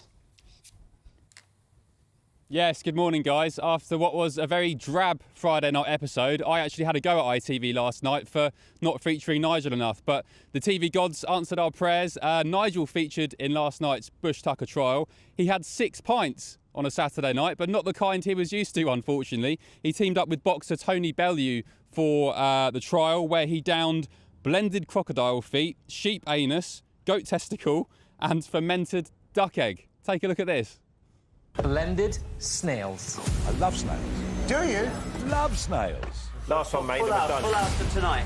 Go on, Nigel. There he is. It's all about there we go, over halfway. You passed halfway, keep it going. Come on, Nigel. Keep it going. Yeah. Time, gentlemen, please. Well done, guys. That is amazing. What an effort. Well done, boys. Wonderful effort. You have just earned 12 stars. That's 12 meals. Everybody's eating in cab tonight. Like all that practice in the pub has paid off for Nigel. Years worth of downing pints in the boozer. He earned 12 stars alongside Tony for his campmates, which meant they had a full house of meals last night, including Frankie Dettori, the new campmate. Dettori, actually, a really interesting story on the front of the Sunday Mirror this morning. He's been insured by ITV for £100 million to compete in the jungle. He apparently earns millions of pounds per races as a jockey. He's a 3-time flat champion. So if he injures his finger or his leg, for example, in a Bush Tucker trial, he's going to get a massive payout. On the Sun on Sunday front page, another great story. This one's going to cause fireworks, actually. On Tuesday night in London, ITV boss managing director Kevin Lygo, who was involved in the Philip Schofield scandal earlier this year, Lygo made a comment to a packed audience, including Davina McCall, Susanna Reid and Lorraine Kelly, basically saying that Nigel was going to be coming home on a dinghy, and he said that he didn't know sign language, but he does know the sign for Nigel Farage. He then commenced to make a lewd one-finger gesture on his hand. I think you can probably guess what that is. And it's funny, isn't it? You wonder why ITV have paid Nigel a rumoured £1.5 million to appear on I'm a Celeb if all they're going to do is take the mick out of him. It follows, obviously, Lorraine Kelly's comments about his body and his face earlier this week, which caused quite a stir. But in terms of Nigel's stint in the jungle, it's 1 week today that he's been in there, and you've got to say he's been a roaring success. If you remember, before he went in, he said he wanted to connect with 10 million new voters, and he's had arguments about Brexit and immigration and shown that actually you can discuss these issues without being toxic and tribal. So I'd say a decent first week, 2 left to go. That's absolutely appalling of Kevin Ligo to say that. Yeah. It really is, isn't it? I think we should be outraged, and you don't just have to be, somebody who loves Nigel Farage to know that that's wrong. Ben, thanks very much indeed. Thank you for joining us. But it's outrageous. Yeah. In fact, one of the headlines in one of the newspapers yesterday said, why is it that you can be openly hostile and rude, utterly rude to Nigel Farage, but you can't to anyone else? Or people that agree with his politics. And I think that is why Nigel's doing so well, because people see themselves in him. That people have had all this stick for years about Brexit and their position. Nigel's taken all the bullets on behalf of the 17.4 million. And I think that's why it's resounding success. I think that's really not on, is it? I totally agree. Not on. Yeah. I hope, for Kevin Ligo's sake, that Nigel goes all the way, just in that case. And he won't be back on a dinghy. He'll be back on a very expensive seat on an airliner. Can I just say, Nigel necking that pint then, I've seen that close-up in action. That guy's a pro. What, you mean you've seen him down beer? Yeah. Yeah, well, that's acceptable, isn't it? Textbook. Yeah. I mean, that was textbook. Was it? Yeah, that's the way you'd... Well, the only way to drink something that disgusting is to not think about it at all, and don't let it touch the sides. Just open your throat and just try and get it all down in one go. Yeah. But, poor guy. I've got a claim to fame. Yeah. Oh? I've got a claim to fame, yeah. I bought Nigel Farage his first beer after Britain left the European Union. Oh, goodness. Yeah, and I'm very proud. You were both ecstatic, were you? Yeah, we were. Oh, yeah. Here you go, Nigel. Put it in his claw. Yeah. He drank it faster than that. Yeah. Yeah. Oh, well. I mean, the one thing that's really important, Aidan McGee's joining us for it, and you'll agree, because when contestants do these awful, reality shows, the most important thing is to do the trials or whatever it is, because the important thing is to get food for your campmates. Yes. And they'll hate you if you don't. Yeah, I know, yeah. And so at the moment, he's doing the right thing, isn't he? Yeah, he is, yeah. DIO, that's the phrase at the pub, wasn't it? DIO, down in one. Yeah, down in one. Yeah. That doesn't just come, naturally. That has to be worked out. Yeah. But I imagine... Many years of dedication. Indeed. I imagine you needed that pint after that campaign. Indeed, yeah. It's epic.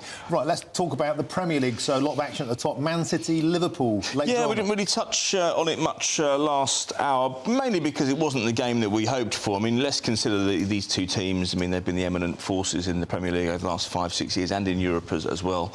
And they served up some fantastic football in the last few years. It just didn't live up to expectations yesterday. Maybe it was a kick-off time, 12:30. Sometimes that gets blamed. But yeah, a little bit, yeah. But I mean, City were the superior team on the day, and they should have won the match. But they succumbed to a Trent Alexander-Arnold goal 10 minutes from time. And what that did was it allowed Arsenal to just calmly go about their business. They would have watched that early kick-off, knowing that they were kicking off at Brentford down the road here in London at 5:30, and a Kai Havertz goal coming off the bench sent them top of the league. And nobody would have said that yesterday, because City had the chance to go 4 points clear yesterday. But yeah, it was a decent day of action yesterday. We touched on what happened to Chelsea up at Newcastle, didn't we, as well, with Mauricio Pochettino using the word "very" 4 times, saying he was very, very, very, very disappointed with his Chelsea side, which leads me to think that he was actually very disappointed. Let's not mention Forest throwing it away at Brighton. But what is interesting about the top of the Premier League? Home to Brighton, wasn't it? I know. I mean, Forest just keep leaking late goals at home against Luton as well. It's going to cost us dear. Well, Luton won their first home game as a top-flight club since April 25th, 1992 yesterday. Off to the Hatters, good luck to them. Absolutely, yeah. Good result yesterday. At the top, though, one thing that is interesting this year, though, Aid, is that at least a few teams have got a squeak. It's not just a one-horse race. Well, if you look at the table, you'd say, well, no one was really talking about Arsenal this time yesterday. And so they go in and take top spot. And we're coming up to the Christmas period now. We're only a month away from that. So you have to take anyone who's up there now pretty seriously. Tottenham are still in and around there in 4th place. Newcastle went up to 6 yesterday with that win yesterday. There was hope that Chelsea might come good, but of course, having secured those good results against Tottenham away and Man City at home, they came unstuck yesterday. And it does look very interesting, because City don't look as imperious. You would say that Kevin De Bruyne coming back to the lineup later or after Christmas would probably give them a bit of impetus as well. But Liverpool will see that as a very good point yesterday, going to the Etihad. They'd won there once in 14 previous visits in the Premier League. and it's looking a bit peaky at the bottom. I mean, it looks like the teams that are going down have basically decided already, isn't it? I mean, like Sheffield United, Everton. Well, Everton will come back. Well, Everton have the points deduction, don't they? The 10 points, and that's why I think some people are saying to me, in fact, it's been turned into a chorus in the last 3 or 4 days. Maybe, and they're better off taking this punishment because we're in a season when there will almost certainly be 3 teams worse than them. So maybe they should just suck it up. Good one, good one. Thank you, Aidan McGee. Always a pleasure. Thank you very much. We'll take a quick break now, and we'll be back with headline makers, and we'll be finding out about a huge underwater mountain, which has been discovered off the coast of Guatemala. That's coming up.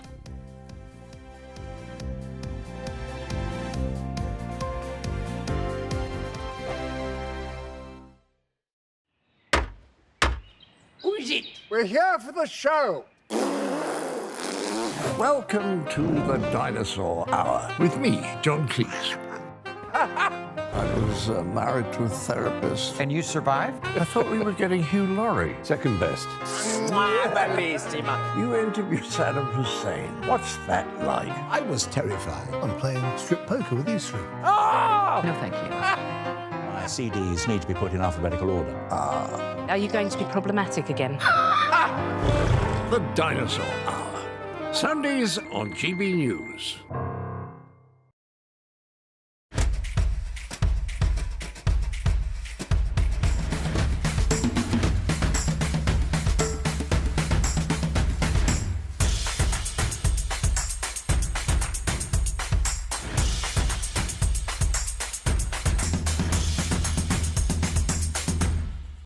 Wake up to the headlines with Headliners every morning at 5 a.m. We treat you to the day's biggest stories before anyone else, 7 days a week. You can catch up on everything you need to know before you've even had your kippers. Headliners every morning at 5 a.m. only on GB News, the People's Channel, Britain's news channel. GB News, unlike other broadcasters, isn't obsessed with the London-Westminster bubble. We think there's a nation beyond the M25, and that's why we talk about the issues that matter across the land. Join me on State of the Nation, 8 to 9 o'clock, Monday to Thursday, on GB News. Daisy's listening, and you should too. I think the most exciting bit for me is talking to people. People who I think are ignored often by the major news channels.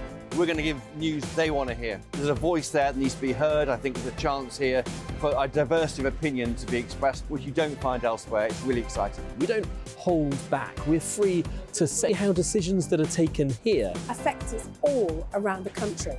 Only on GB News, the People's Channel, Britain's news channel. There's only 3 people you can trust in life. Your doctor, your lawyer, and your nana. I'm not sure. So join me, Nana Aquare, at 3 p.m. every Saturday and Sunday, where we discuss the biggest topics of the weekend. Be ready for battle. Could you be quiet? What is this? It's my new teeth. It's your new teeth. I don't bite. Well, not without a good reason. Always honest, always fun. Every weekend at 3 p.m. on GB News, the People's Channel, Britain's news channel. Your weekend starts here with Friday Night Live with me, Mark Dolan, 8 till 9 on GB News. Big stories, big guests and big laughs as we get you ready for a cracking weekend. That's Friday Night Live with Mark Dolan, Fridays 8 till 9 on GB News. Bring your own drinks, the admission's free. Tired of the usual focus-tested, pre-prepared Westminster runaround? Well, so am I. So you want higher taxes? Is your department to blame for this? Are you rethinking this policy? Every Sunday at 9:30, I'll be sitting down with those in power to get the truth about the issues affecting you. Let's be honest, we've known about the cost pressures of this project for years, not months. That's the Camilla Tominey Show, a politics show with personality. On GB News, the People's Channel, Britain's news channel.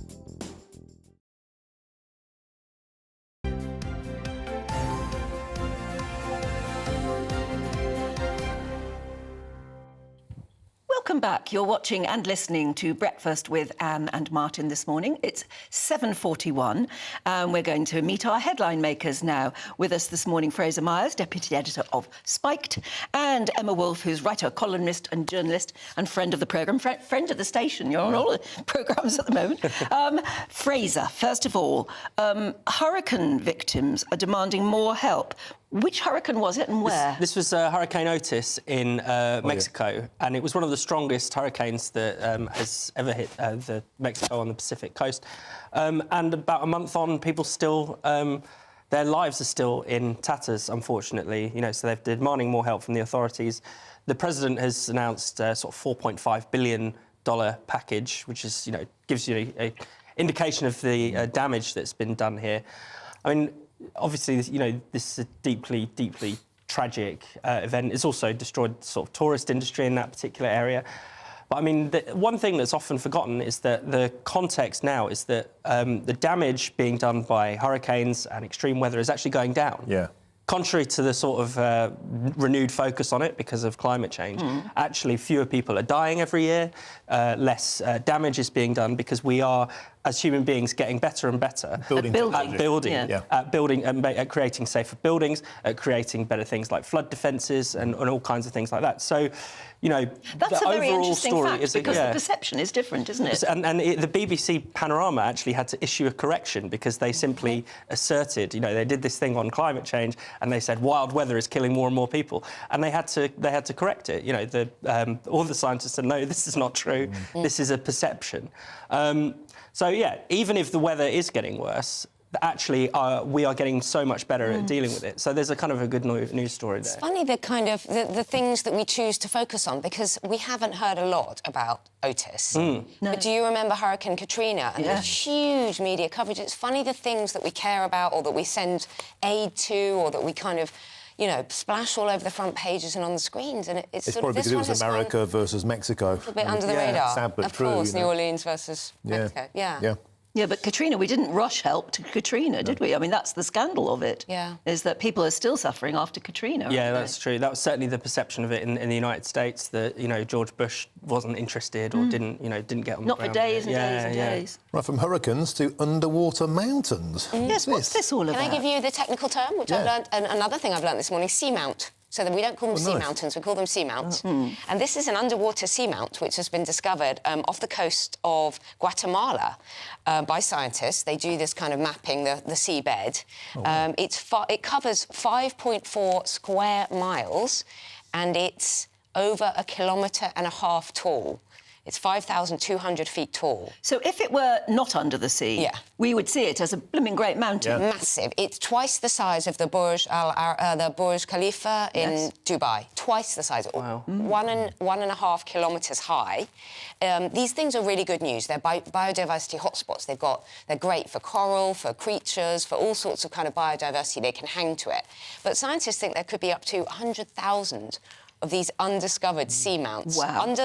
We know so little, though, I was going to say, is there any news? Is it a volcanic seamount or is it just a heap? It's just like a mountain, I think. Well, I mean, I'm sure it's far more complicated than just like a mountain. I like stories like this because it makes you realise that there's so much yet to discover. Well, there's much more under the sea than there is over, isn't there, in the world? Exactly. Or we think we know the planet. And we seem to know much more about space. Exactly. There'll be some billions out there. And, you know, as we saw with that horrible tragedy in the summer, it's so difficult for human beings to be able to go and explore. But even it seems that, we haven't even sort of mapped it digitally, despite all the tools we have. We obviously are beginning to, aren't we? Yeah. And that brings us neatly onto this next story. It sounds very exciting to me, having 2 young children, a robot that can pick up messy clothes. So this robot thinks it has solved the teenager problem, essentially. So it's got a robotic arm. That might not sound in and of itself impressive that it can pick up clothes. But what it does is it sort of grabs them and then puts them together into a pile and then grabs a few at a time in order to be as efficient as possible. If you're listening on the radio, I'm afraid we are seeing what is very clearly a robotic arm, and it is picking up, one by one, bits of sort of underwear on the But what's it floor. doing? OK, can we be clear? Is it sorting out that's dirty, that needs to go in the laundry, that's been tried on and needs to go back in the cupboard? What's it actually doing? I don't think it's that advanced. It's basically picking up anything. I think it's transferring the problem from one bit of floor onto, you know... That's a very good point, because anyone who's ever had children, particularly boys, I think, but it must be with girls as well, is that you have gone to all the trouble to launder their stuff and you've ironed it sometimes and you've folded it and you've put it in their drawer. And then they go and try it on and think, oh, I don't want that. And they chuck it on the floor. Sorting things out, which is the And you know that there are things on the floor that are not dirty. In fact, just about 24 hours ago, you were ironing them. And that, I don't know whether that robot is actually doing that I don't want job. it just putting them all in a little plastic tub and then you have to deal with the plastic. Yeah. You know, I mean, that's kind of not very helpful. I think robots are a bit rubbish, aren't they, if you think about it? Yeah, they are, and it's amazing how so much. For all the fear mongering about we're going to have robots taking over the world, killer robots, Terminators. I mean, they are just rubbish. There are so many things. They're so limited in what they can do. Maybe that's because we haven't invested enough money in them, right? If they were inside a bigger industrial process, you can see that they are very. I mean, we have robots that assemble cars, don't we? So very clearly within a particular process. For home stuff, not that good. But you remember those things that sort of zoom around the floor and are meant to vacuum? They look great, but if there's stuff in the way, they don't work either. They don't pick things up and it's putting things away and sorting things out, which robots aren't really doing. Robots are about to take over the world. They can't even tell if a pair of pants is clean or not. No. That's not world domination. And even in a sort of Amazon warehouse where you think that's exactly the kind of thing you'd want to automate. The problem is they can't pick things up and then put them somewhere else. They have real difficulty dealing with objects of different sizes. Folding. I mean, folding is a very complicated process to fold something and put it away, or to hang something up on a hanger. Yeah. No, I find that very difficult. Yeah. But I used to have say ironing. What's I used to have one of those. What's that? Well, I certainly don't do that anymore. I used to have one of those robotic hoovers, and you know how when some people, if they have a cleaning lady come round, or a cleaning gentleman, I suppose, you end up tidying up for them. Yeah, that's right. Yeah. I used to have to tidy up for my robotic hoover because of the very thing. If it came across a pile of clothes, it's bump into a wall, doesn't it would bump and bump and bump and probably get all tangled up. And in fact, once upon a time when I first had my little doggy, she did something by accident on the floor, and the robotic hoover spread it all around the carpet. Oh, yucky. So, they're not as clever as they would have us believe. Yeah. Robots are rubbish is that story, basically. Yeah, sort it out, Rishi. Yeah. Basically, still need women to do the housework is the answer. There we go. You still need women to do the hoovering, and you still need women to pick up the clothes. Yeah. Right, Royal Book exclusive, Emma. Is there anything left in this book that we haven't heard? It's a not exclusive from me, I'm afraid. Yeah, so this Endgame, which we thought we'd reached the end of the Endgame. This is the new book by Omid Scobie. Omid Scobie. It hasn't even come out yet, and I'm sick of it already. It's actually due to be released on Tuesday. It's been heavily trailed. Is there anything new in this? It's full of recycled stories, gossipy stories about, as Fraser was referring to, the toothbrush issue with Prince Charles. Yeah, so people have known for a long time that Prince Charles gets one of his servants to do his toothpaste for him, and he likes an inch specifically on the toothpaste. Shows what the kind of pampered Charles is. But yeah, this story appears in this book as if it's like a new revelation. Everybody's known that we've story known it for a long time. Yeah, I mean, there are probably more exciting things. And it's full of sort of, Prince Charles is said to be furious about Harry for this, that, and the other. So it's kind of it feels very much like he's scraping the king barrel now. here. Don't forget. Apparently he says that the king. Called Harry a fool. That fool. Yes. Yeah. And I can imagine him grumping, saying he's being a fool or something. And also, if someone is going to splurge, revelations about the family all over his memoir and everything, you are going to tend to draw back and not talk about him. And apparently, King Charles was saying, we shouldn't talk about things in front of Harry. Well, that's because he's proven that he's not to be trusted. I mean, he calls William a hothead who embraces dirty tricks. That's what Omid Scobie says. Somebody says about William. I don't think that's actually attributed to Harry, but we all know that must be Harry. And says some particularly cruel things about Kate. Yeah, it does. It talks about Kate being, just basically doesn't have the confidence, just turns up and smiles at kind of public events and things like that. Which we know is not true. Yeah, because we see her. It's patently not true. Pliable, she's brilliant. Yeah. He says that she behaves herself. She has been infantilised by the way the palace use her, but that's blatantly not true. We've just seen her launch a big campaign, and she's throwing herself into it, and she's a very good public speaker. South Korean trade deal. She was kind of rolling out the royal carpet to the to the president of South Korea. Does excellent work on mental a key health moment of and a huge children trade and- deal. This is nonsense. Why do you think he's called it endgame? What's the point he's trying to make? He's trying to make the point that this is the beginning of the end of the royal family, that he even makes a claim about William possibly being the last, the last ever king. It's all this kind of grandiose stuff. And the sources are pretty much based on nothing. Yeah. Di Davies, the former head of Royal Protection, says this is clearly a hatchet job. I don't know the relationship between father and son, but they've always seemed close. I wouldn't trust a word this Scobie says, and where he gets his sources from is debatable. Well, that seems to be the most sensible thing been said about it so far.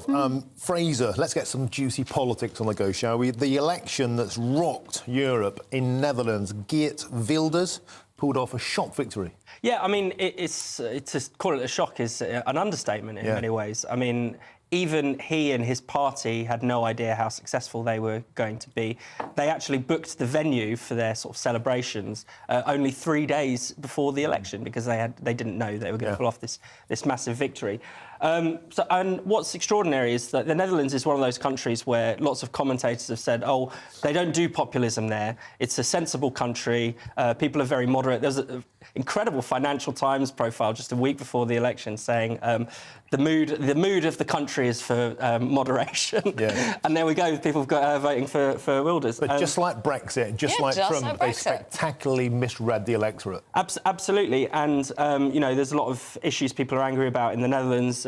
Migration's a common one. But one that's under-discussed is the sort of net zero question. Wilders is very much a climate sceptic, and his main rival, Frans Timmermans, was essentially the head of the EU's climate policy. He quit the EU to contest these elections.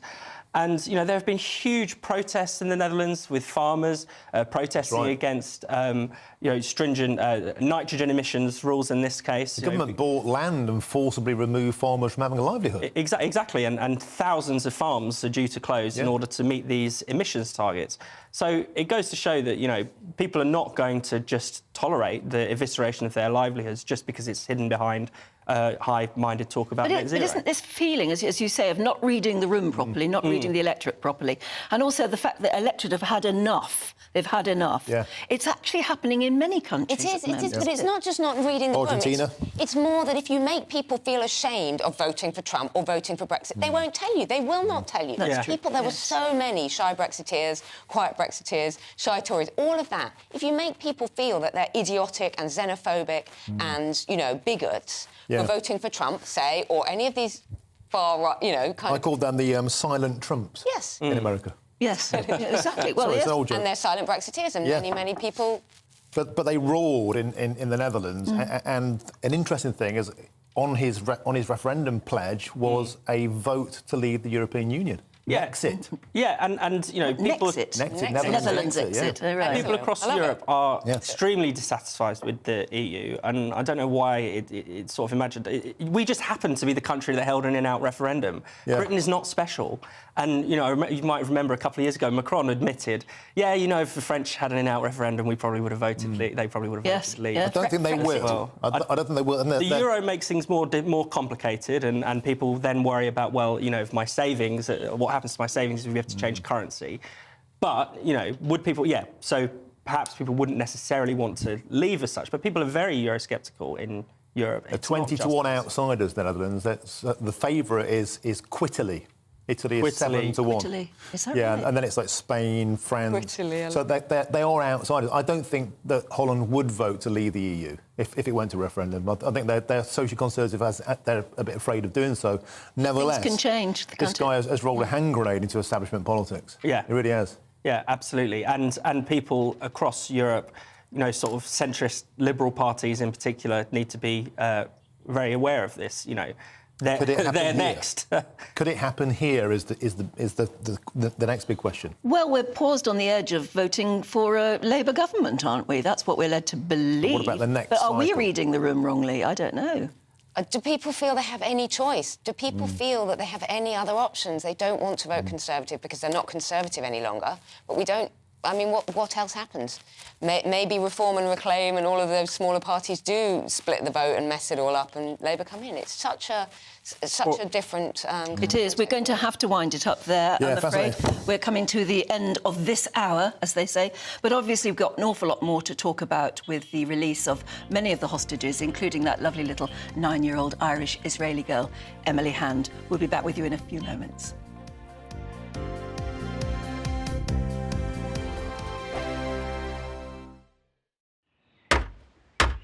Who is it? We're here for the show. Welcome to the Dinosaur Hour with me, John Cleese. I was married to a therapist. And you survived? I thought we were getting Hugh Laurie. Second best. You interviewed Saddam Hussein. What's that like? I was terrified. I'm playing strip poker with these three. Oh! No, thank you. My CDs need to be put in alphabetical order. Are you going to be problematic again? The Dinosaur Hour. Sundays on GB News. Good afternoon, Britain. Good afternoon, Britain. Join us, Tom and Emily, To find out what's happening in the heart of Westminster. and why it matters to you. Weekdays from midday, we bring you the most compelling stories from across the United Kingdom. And from your doorstep to our inbox, That's right, we want to hear from you, GB News. Britain's news channel. I think the most exciting bit for me is talking to people. People who I think are ignored often by the major news channels. We're going to give news they want to hear. There's a voice there that needs to be heard. I think there's a chance here for a diversity of opinion to be expressed, which you don't find elsewhere. It's really exciting. We don't hold back. We're free to say how decisions that are taken here affect us all around the country. Only on GB News, the People's Channel, Britain's news channel. I'm Michelle Dewberry, and I'm not here to tell you what to think. I'd much rather hear what you have to say. So send in your opinions to gbviews@gbnews.com. Keep them clean, and you never know, I might read them out. With my panel here on Jubes & Co, we debate, we get stuck into the issues of the day on a show where all views are welcome, especially yours. GB News, the People's Channel, Britain's news channel. In the GB Newsroom, we bring you the news as it happens. With our team of dedicated journalists across the UK, we're ready to give you accurate reporting every day. When the news breaks, we'll be there with bulletins on GB News, the People's Channel, Britain's news channel. Your weekend starts here with Friday Night Live with me, Mark Dolan, 8 till 9 on GB News. Big stories, big guests and big laughs as we get you ready for a cracking weekend. That's Friday Night Live with Mark Dolan. Fridays 8 till 9 on GB News. Bring your own drinks. The admission's free. GB News, unlike other broadcasters, isn't obsessed with the London-Westminster bubble. We think there's a nation beyond the M25, and that's why we talk about the issues that matter across the land. Join me on State of the Nation, 8 to 9 o'clock, Monday to Thursday, on GB News. Daisy's listening, and you should too. Tired of the usual focus-tested, pre-prepared Westminster runaround? Well, so am I. So you want higher taxes? Is your department to blame for this? Are you rethinking this policy? Every Sunday at 9:30, I'll be sitting down with those in power to get the truth about the issues affecting you. Let's be honest, we've known about the cost pressures of this project for years, not months. That's the Camilla Tominey Show, a politics show with personality. On GB News, the People's Channel, Britain's news channel.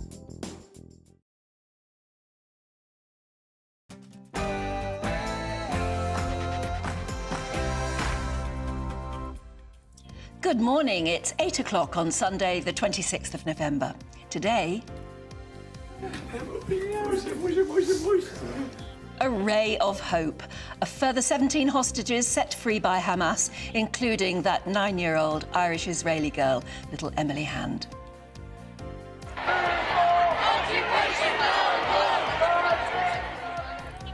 Pro-Palestine demonstrators defy police warnings, with some carrying banners with anti-Semitic hate speech on, as thousands take to the streets once again calling for a permanent ceasefire.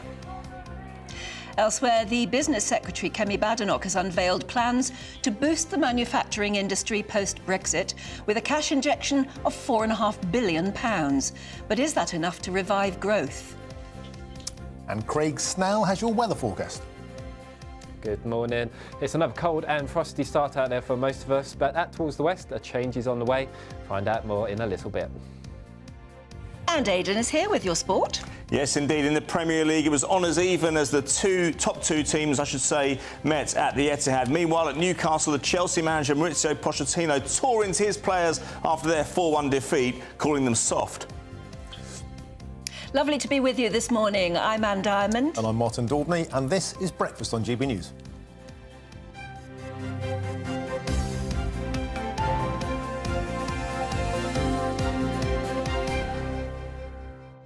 Well, a very good morning to you. There was good news yesterday, wasn't there? In the end, though it was a nail-biting day because it looked as though things weren't going to move. But in the end, in the evening, 17 hostages held by Hamas were freed after hours of delay raised fears that the truce deal with Israel was going to fall through. And those released include 9-year-old Irish-Israeli girl, the beautiful Emily Hand. Her father, Thomas, of course, if you remember, was told that she had died in that first attack on October the 7th in Kibbutz Be'eri. He had this reaction when he was told. I went, yes! I went, yes, and smiled. Because that is the best news of the possibilities that I knew.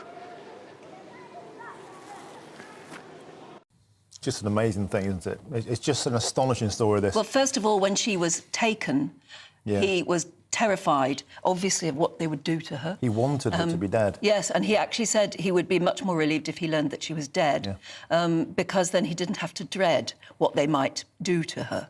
Because, of course, we know that they did torture and behead babies and children on that first attack day. But then he was told she was alive, and now, after 7 weeks in captivity, she's now been reunited with him. He relentlessly campaigned for her release after learning she was alive, although he said many times, many times, whilst he was campaigning, we are not the only family like this. I'm not the only father missing a child. He made that point again and again and again, didn't he? And, of course, little Emily marked, I was going to say celebrated, no way did she celebrate, but she marked, or at least she had, her 9th birthday while she was a hostage. And he spoke so movingly of his own kind of inability, his own impotence to help her, and he was like saying, you know, what she must be going through when he found out that she was alive, because no DNA evidence was found. No, they did DNA of the whole crime scene. And didn't find And hers. they couldn't find her DNA, which then gave them a spark of hope that she actually had been taken hostage and was alive. But yes, he kept that memory going through all of those weeks, which must have been worse and worse and worse all the time. But there, as he reminded us, there were other survivors of that massacre, and they were among the 13 Israelis and the 4 Thai hostages who arrived back in Israel in Red Cross vehicles. And this is the second release of hostages from Hamas captivity, totaling 26 in exchange for 78 Palestinian prisoners. Well, let's bring in diplomatic correspondent Amichai Stein, who's in Jerusalem. Thanks for joining us. What's the feeling at the moment? Is it one of absolute joy, or are you still very, very scared things could fall through? Listen, when you see these pictures, the only feeling that can be is joy, and especially when you see the young children, when you see a 3-year-old child going back from Hamas captivity, and you see all these children. Listen, the story here is children. It's babies. It's people under 18-year-old. You know, there are people who are supposed to play. And you're seeing right now, young Emily hugging a father. These are people who aren't supposed to be hostages. So the only word is joy. But we have seen yesterday how Hamas can be cruel. We have seen also in the past how Hamas can be cruel, but yesterday for the first time we saw Hamas splitting families apart, because up until now, at least on the first day, all the hostages Hamas had from the same family went out and together, and this was also a part of an agreement. Now, what happened yesterday is that we saw 2 families that one of them, for example, the father, was still a captive, a hostage, and Hamas said we're not releasing any men. The other family we had was a brother who is 18 years old, who is supposed to be released because he's still a child when you go with the categories, not as a soldier, not as a soldier. And Hamas says, we don't know where he is. And so you see for the first time yesterday that even in this deal, even everything is fulfilled, even then you see Hamas cruelty when he can split families. Now, we're also having a lot of problems because Hamas claims that Israel isn't fulfilling all the details it promised to do in the deal itself regarding humanitarian aid to northern Gaza, regarding the question who exactly will be released from the Israeli prison. So someone told me, an Israeli officials a few minutes ago, the word today is patience, and everyone will need patience today. We as the Israeli public and also the families themselves. And Amaji, do you think this will change things politically? Because if this is what a ceasefire looks like, if this is what peace looks like, will there be increased pressure from the likes of the United Nations and so on and so forth to extend this? Or is Benjamin Netanyahu going to stick with his resolve, and that was he made plain all along, to totally eradicate Hamas? So yes, that's the main fear in Israel, that people will come and say, okay, the ceasefire is working good, everything's quiet, let's move it on and on and on. But you first of all see how I think also the UK and the US and other European countries praise this ceasefire. They call it humanitarian pause. And that means at some point the fire will go on. And you hear all the Israeli officials promising that when this deal ends, the fire will go in full scale back.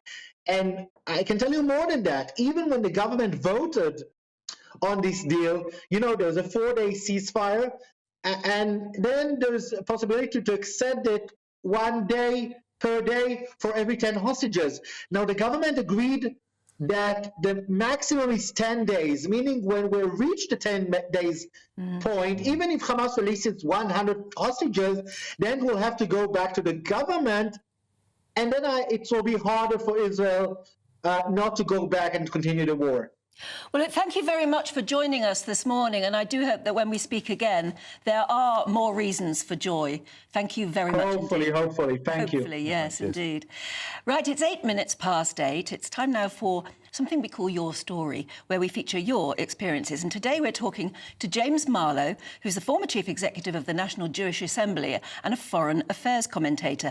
But James, very good morning to you. You've been in Israel over the past week, haven't you? You've only just got back, I think. What was your story over the past week? What did you see? Who did you speak to?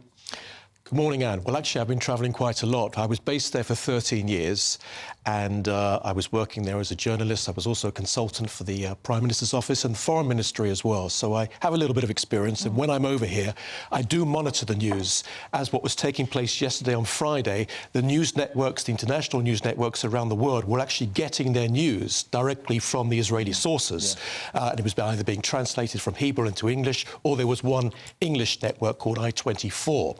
So what I was doing, I chose not to view the 49-minute video of exactly what Hamas recorded, and they uploaded it live, excuse me, to their Telegram channel. So that was the shooting, the burning, the beheading, the cutting off of the... They recorded their actions on the 7th of October. Yes. They did, yeah. Not just Hamas, but Palestinian Islamic Jihad also. They had cameras, so they were very happy of what they were doing, and they were live... They were live uploading it to Telegram channel. So that just goes to show, when people say, well, show us the pictures, show us the beheaded babies, They did it themselves. Yeah. They put it out themselves. I mean, it's just bizarre. Now, one of the reasons why, because I just mentioned the beheaded babies, one of the reasons why you haven't seen photographs of that all over social media is, number one, of course, because social media would take it off immediately. Telegram doesn't. Telegram actually allows anything, any explicit piece of clip or video. But the families requested, please don't put these pictures out. So where did they get shown? They got shown to diplomats. They got got shown to ambassadors. They got shown to certain journalists. Yes, I mean, I know Lord David Cameron, when he was out there, said he had been shown things that he cannot now unsee and that will haunt him forever. But he wasn't shown the 49-minute video, which I chose also not to watch because I saw a huge amount of video. I mean, I'm still trying to have, actually, even last night, it's very, very, very difficult for me to get a 4 nights sleep. How I deal with it, somebody asked me this actually last week, how do you deal with it with seeing all of that video? I mean, I know this is breakfast and I know that we have to be careful with our language. Yeah, please do. The mutilation of children in front of their parents and vice versa while they were still alive, it was just atrocious. So I tell myself, it's a movie, it's a thriller movie, it's a horror movie, or it didn't really happen, or it's special effects.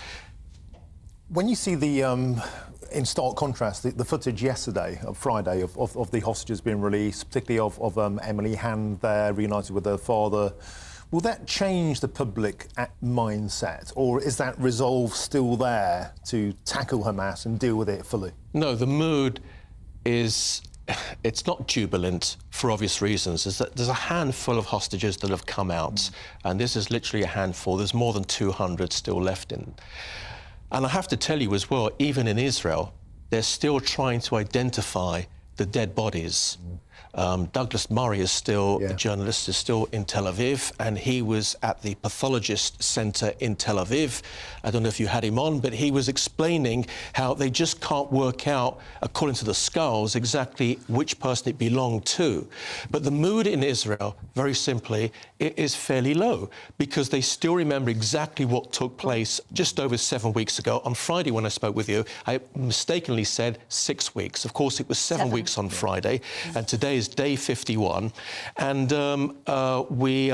we're expecting, in fact, actually, I just got word about 10 minutes ago from the Israeli media that the third set of hostages, their names have been released, given to the IDF and to the government. Those names have now been passed on to those families.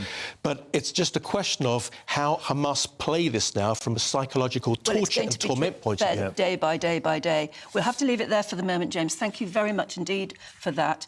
And, of course, what's happening here at home, thousands expected to gather in London again this afternoon.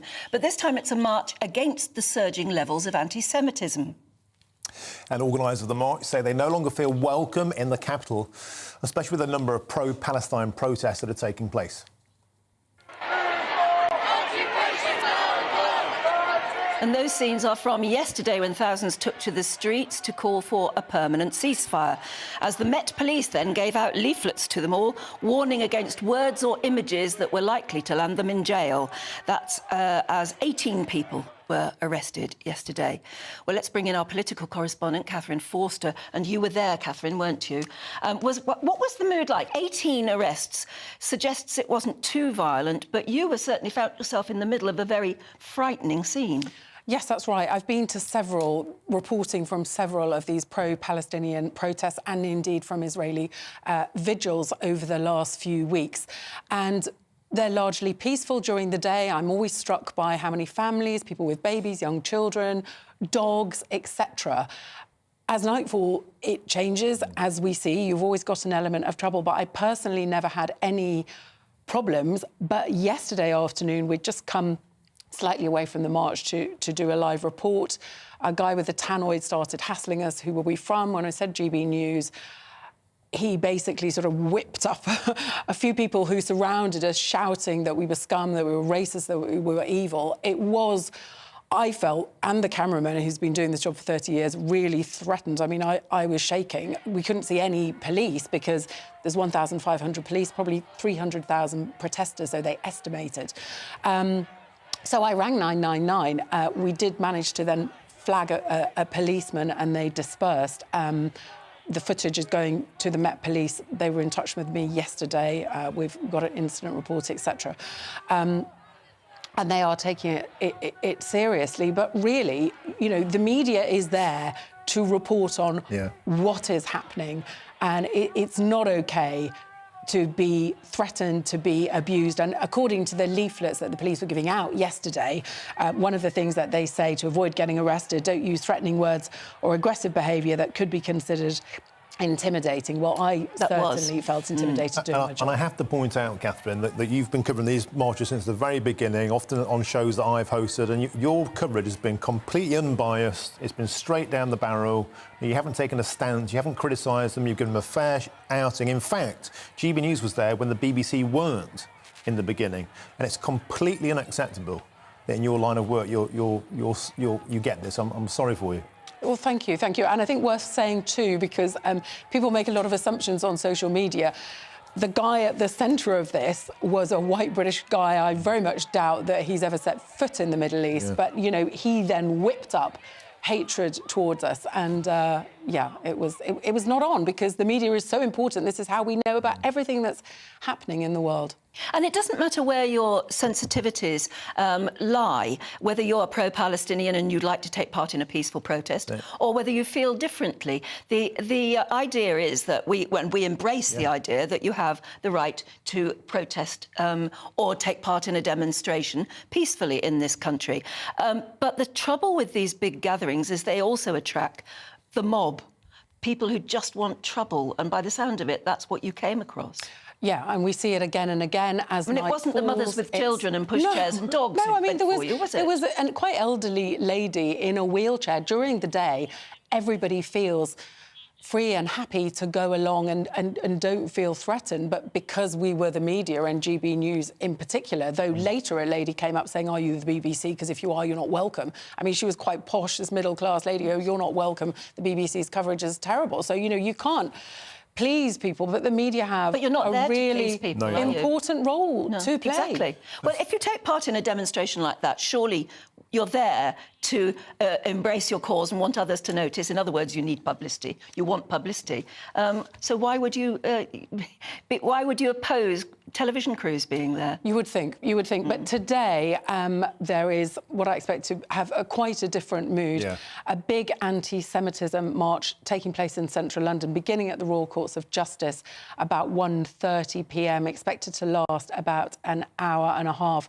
I know a lot of people that will be going to that. I've been previously to Israeli vigils for the hostages in Parliament Square, and they're expecting about 40,000 people, which I think is significant because, as we know, since October the 7th, there's been a huge rise in anti-Semitic attacks, and a lot of Jewish people in Britain and indeed around the world feeling frightened and threatened in their own country. We've seen attacks on schools, school children covering up symbols that they might be Jewish. Absolutely appalling. So I think it will be a show of solidarity for the Jewish community and everybody that supports the right of Jews to live peacefully. Are you going to go down and cover that one too? I will be there. Well, stay safe, darling. So will be the police, but so we'll be reporting from there later. Good. Right. Thank you, Catherine. Yeah, well done. Thank you. 18 minutes past 8 already. The Business Secretary, Kemi Badenoch, has unveiled a multi-billion-pound funding package aimed to boost Britain's post-Brexit manufacturing sector. Yeah, Badenoch declared the UK would not be pulled into a distortive subsidy battle as the government aims to increase its competitive edge on the world stage. Car makers, aerospace companies, as well as green energy firms are set to benefit from the scheme, apparently. Well, drawing now is the legendary motoring journalist and transport campaigner Quentin Wilson. Quentin, it's always a pleasure to have you on the show. Thank you for joining us. This is good news, right? I mean, Britain is getting on a front foot post-Brexit. Billions of pounds are flowing, getting out there, and this is good news, right? Yeah, we should welcome it broadly. The announcement of the 2 electric cars being made in the Sunderland plant in Nissan, that's going to be, 6,000 jobs and 70,000 in the wider supply chain.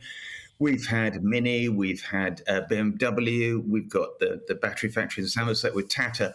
So this is all good, and it's meant to show that we've got an industrial strategy, and investors, global investors looking in, can say, right, we've got certainty.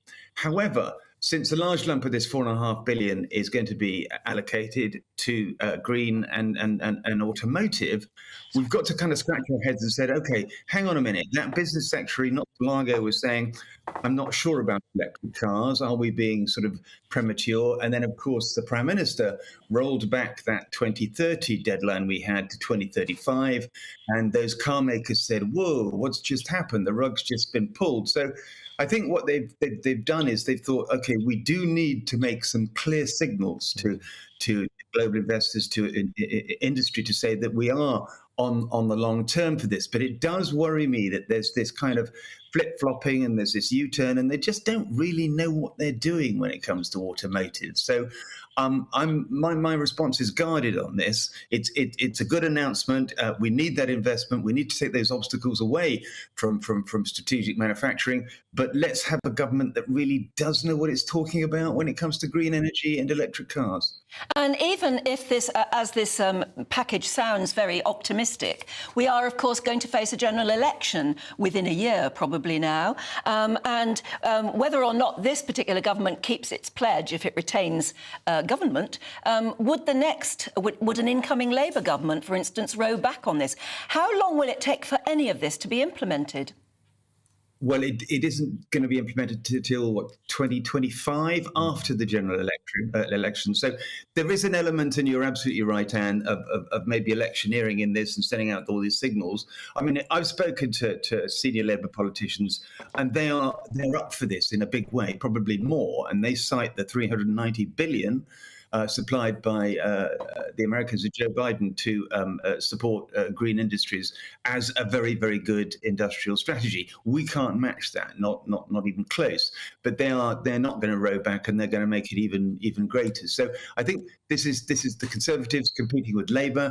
They know they've got to attract global investment into the UK and play catch up with the Chinese. That's one of the big problems. Well, at least it may be a step forward. It's good to talk to you. Thank you, as ever. Lovely to see you this morning. Yeah, it's good stuff. I think it's hugely positive that we're investing money in It's nice to say something positive, that's for sure. Yeah. Just will it happen and when, I suppose. Now, with the Christmas period fast approaching, would you pay the inflated prices that are coming? That's coming up next in our Headline Makers. You're watching Breakfast on GB News.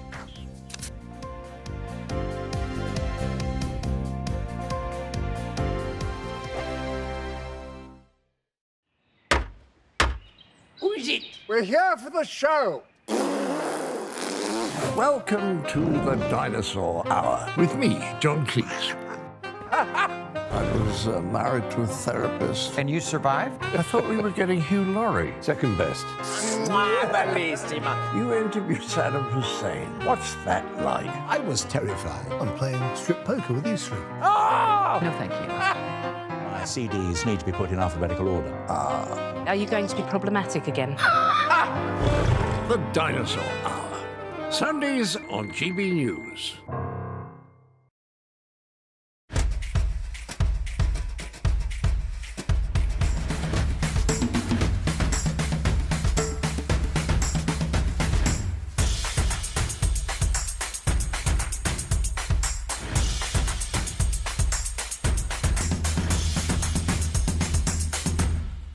Wake up to the headlines with Headliners every morning at 5 a.m. We treat you to the day's biggest stories before anyone else, 7 days a week. You can catch up on everything you need to know before you've even had your kippers. Headliners every morning at 5 a.m. only on GB News, the People's Channel, Britain's news channel.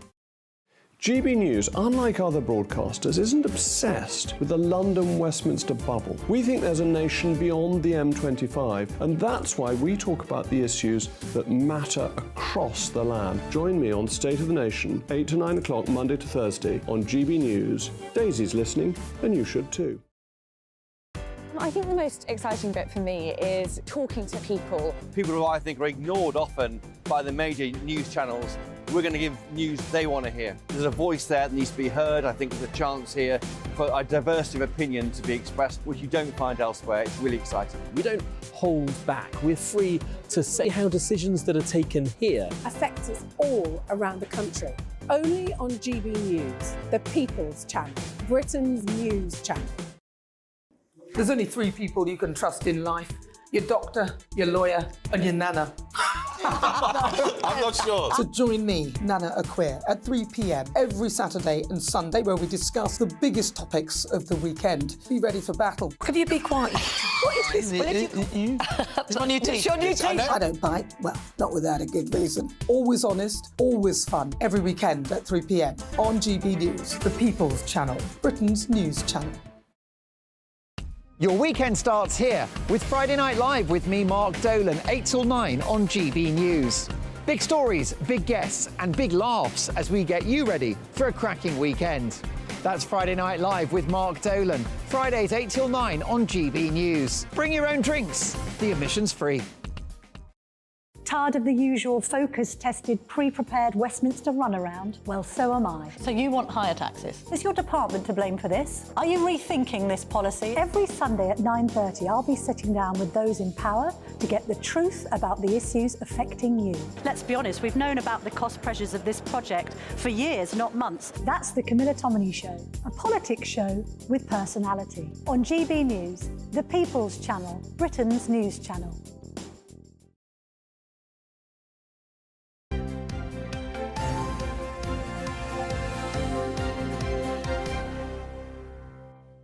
Hello again, welcome back. It's 8:26. You're watching and listening to Breakfast with Anne and Martin. Now, a massive change to taxi fares means millions of Brits face forking out hundreds of pounds more a year. So with the Christmas period fast approaching, would you pay those inflated prices? Well, joining us now is the CEO of the Nighttime Industries Association, Michael Kill. A very good morning to you. Can you explain why it is and what's been announced that's actually going to change things and make things much more expensive for the average person wanting to go out? Well, in simple terms, what it means is that minicab drivers will have to account for a 20% increase in terms of the VAT for rides. So, as you can appreciate with the current inflationary position, it's going to mean that fares are going to go up dramatically. And as you can appreciate, it's going to impact on people like elderly who have to use cabs, who have no choice, who can't use public transport, hospital visits, but also things like people with disabilities and also things like safety of women and girls at night. So for us, it's going to have a huge impact. And, you know, the pressure is on at the moment because there is a very limited public transport network which has lost so much confidence during the industrial action sort of period. And that, as many are aware, is going to continue through the December period. And Michael, you've been a vociferous campaigner on the impact of lockdowns on the nighttime industry from the very beginning. You know, bravo on that. But this is just yet another hammer blow to your industry, isn't it? It is very much. I mean, if you take account that our industry at the moment are paying 40% more than they were in terms of operating costs pre-pandemic, and we've seen a downturn in footfall of about 20%. A lot of that is really down to people having less disposable income. So as you can appreciate, this tax is going to impact further. You know, we feel that minicabs and taxi drivers are a really important part of the ecosystem for the nighttime economy. And as you're well aware, with the challenges that we've got with public transport, the one opportunity that we have, which at the moment is affordable, is going to become unaffordable sort of extremely quickly. And that's where the challenge lies for us all at the moment. And the concern is that people like women leaving a venue late at night will take an alternative method of transport to save money, which could potentially put them in a very vulnerable position. So there are huge concerns, especially after the last 2 or 3 years where there's been a focus on the safety of people being able to get around at night. As I gather, it's basically about VAT, that drivers, minicab drivers, for instance, and particularly Uber, will now be required to charge VAT on their fares. So people who have got used to what they feel as a cheaper way of getting a taxi will now find those fares going up. It doesn't apply to London black cabs, though, for instance, because I think their VAT, or at least they don't have to pay VAT, because their fares are set by Transport for London, and they don't pay VAT. So it's basically people who are used to getting Ubers and cheaper minicabs, is it? That's right, and as you can understand, I mean, there are something like 16.2 million people who take taxi trips, going to restaurants, bars, and it unlocks a huge amount of sort of money that goes into not only that industry but the nighttime economy as it sits at the moment. So it's going to put a huge amount of pressure on our industry, who are already stretched, and as we've heard from the budget this week, has not really been furnished with much sort of space in terms of financial headroom. So this is really another hammer blow for many of those people out there. And as I rightly said, minicabs and taxi operators are an important part of our ecosystem that allow people to be transient in nature and get about to venues and bars across cities and towns across the country. Absolutely. Thank you very much for joining us and explaining that as well. And I imagine it also means an awful lot more paperwork for those taxi firms as well, having to deal with VAT now. And it means a lot of cabbies out of work as well. I mean, I take cabs all the time. I always speak to those lads, mainly lads, and they're going to get hammered by this, and it's going to put them out of work, and they like to work flexibly around their children, around their family life. It just seems that they get pinched, they're getting fined on ULEZ, on petrol going up, there's no VAT freeze or cut on petrol, road tax, speed cameras. They're just getting hammered from every angle. The heart goes out to cabbies. They work hard. Well, and as Michael's pointing out, it's all part of their ecosystem for the nighttime industries, isn't it? Precisely. We've had a pretty tough time, as it is. OK, shall we move on? It's 8:31. Time for the sports now. Here's Aidan. OK, mate, let's start with the Premier League. Yeah, exactly. Well, we touched on it a couple of hours ago, didn't we? Mauricio Pochettino's, I wouldn't call it a meltdown, but he certainly has some choice words to say about his Chelsea side, who... It was a meltdown, I think. Yeah, it probably was, actually, wasn't it? By his standards, we don't know, he's normally quite a cool character. I did his first interview in English football, in fact, and he handled it so well, even though it wasn't his mother tongue at all, and it was quite broken English. So I'm not used to seeing him in this kind of state of mind, but I imagine it's just frustration more than anything. I mean, we mentioned, Anne mentioned how difficult it must be just kind of... Well, coming off the pitch while you're still absolutely pumped, that's right. And as they say, and very, very disappointed. 54,000 people there yesterday as well, most of them not cheering for his side. So he's giving that interview. He said he was very, very, very, very disappointed. He insisted on using the 4 verys. He said they were soft in the challenge. One for each goal. Yeah, exactly. Yeah, true. Yeah. Well, that was the thing. I mean, they conceded 2 goals in 2 minutes in the second half yesterday, and that was a real opportunity because just before the international... Sorry, they conceded 2 goals in 2 minutes? Yes. Ooh, that is embarrassing. It is a little bit. Yeah, they lost Reece James as well, very important player, and they'd just come off 2 good results away to Tottenham, that 4-4 against Manchester City as well. So that's probably where the frustration is building in, because it's for all the money they've spent, they don't seem to be getting any momentum. We're in November now, almost in December. They're in 10th position, £1.5 billion they've spent.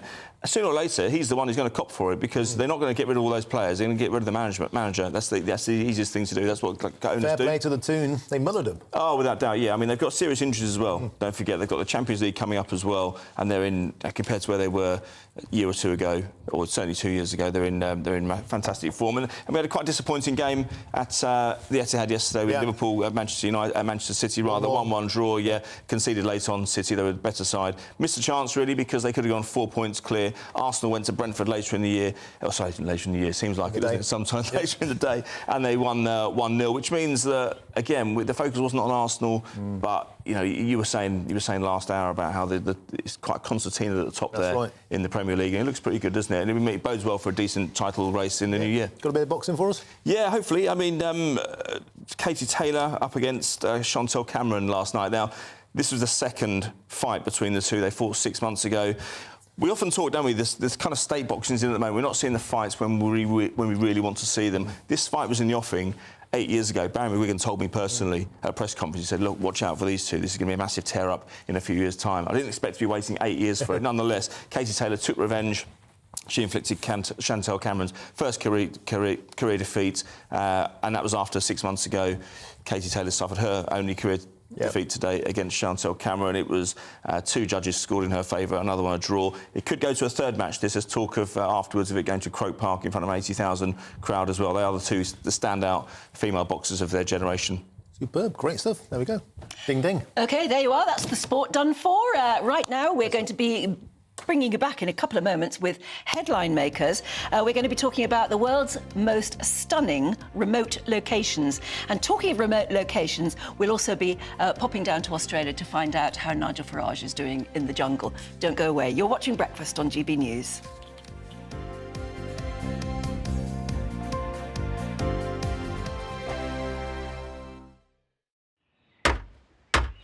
Who is it? We're here for the show.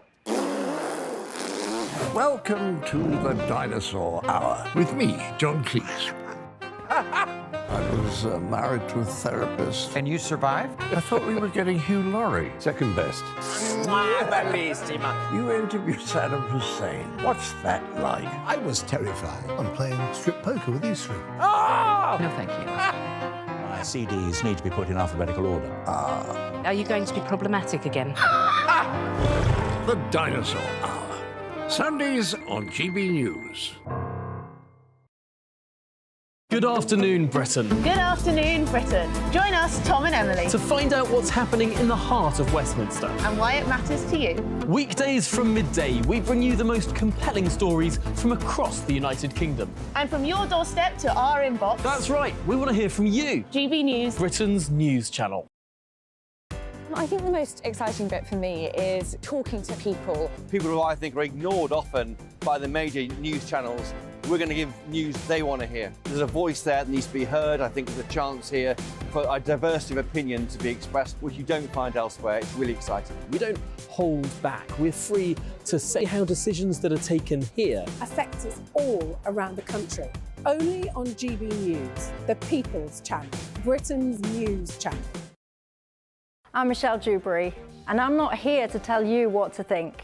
I'd much rather hear what you have to say. So, send in your opinions to gbviews@gbnews.com. Keep them clean, and you never know, I might read them out.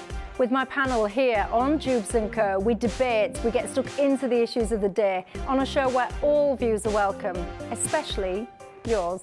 GB News, the People's Channel, Britain's news channel. In the GB Newsroom, we bring you the news as it happens. With our team of dedicated journalists across the UK, we're ready to give you accurate reporting every day. When the news breaks, we'll be there with bulletins on GB News, the People's Channel, Britain's news channel. Your weekend starts here with Friday Night Live with me, Mark Dolan, 8 till 9 on GB News. Big stories, big guests and big laughs as we get you ready for a cracking weekend. That's Friday Night Live with Mark Dolan. Fridays 8 till 9 on GB News. Bring your own drinks. The admission's free.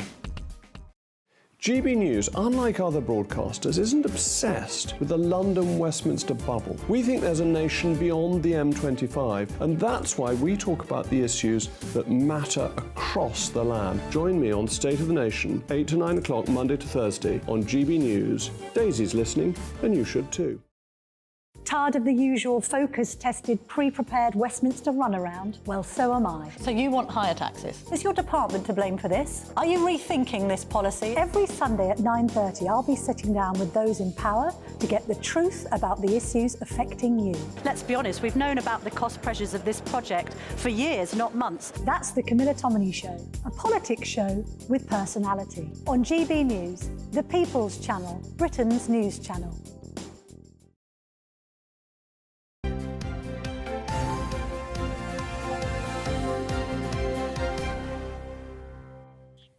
Welcome back. It's 8:38. You're watching and listening to Breakfast with Anne and Martin. And join us to go through some of the day's headlines now is Deputy Editor of Spiked, Fraser Myers, and the writer, columnist and great friend of the channel and journalist Emma Wolfe. Thanks for joining us.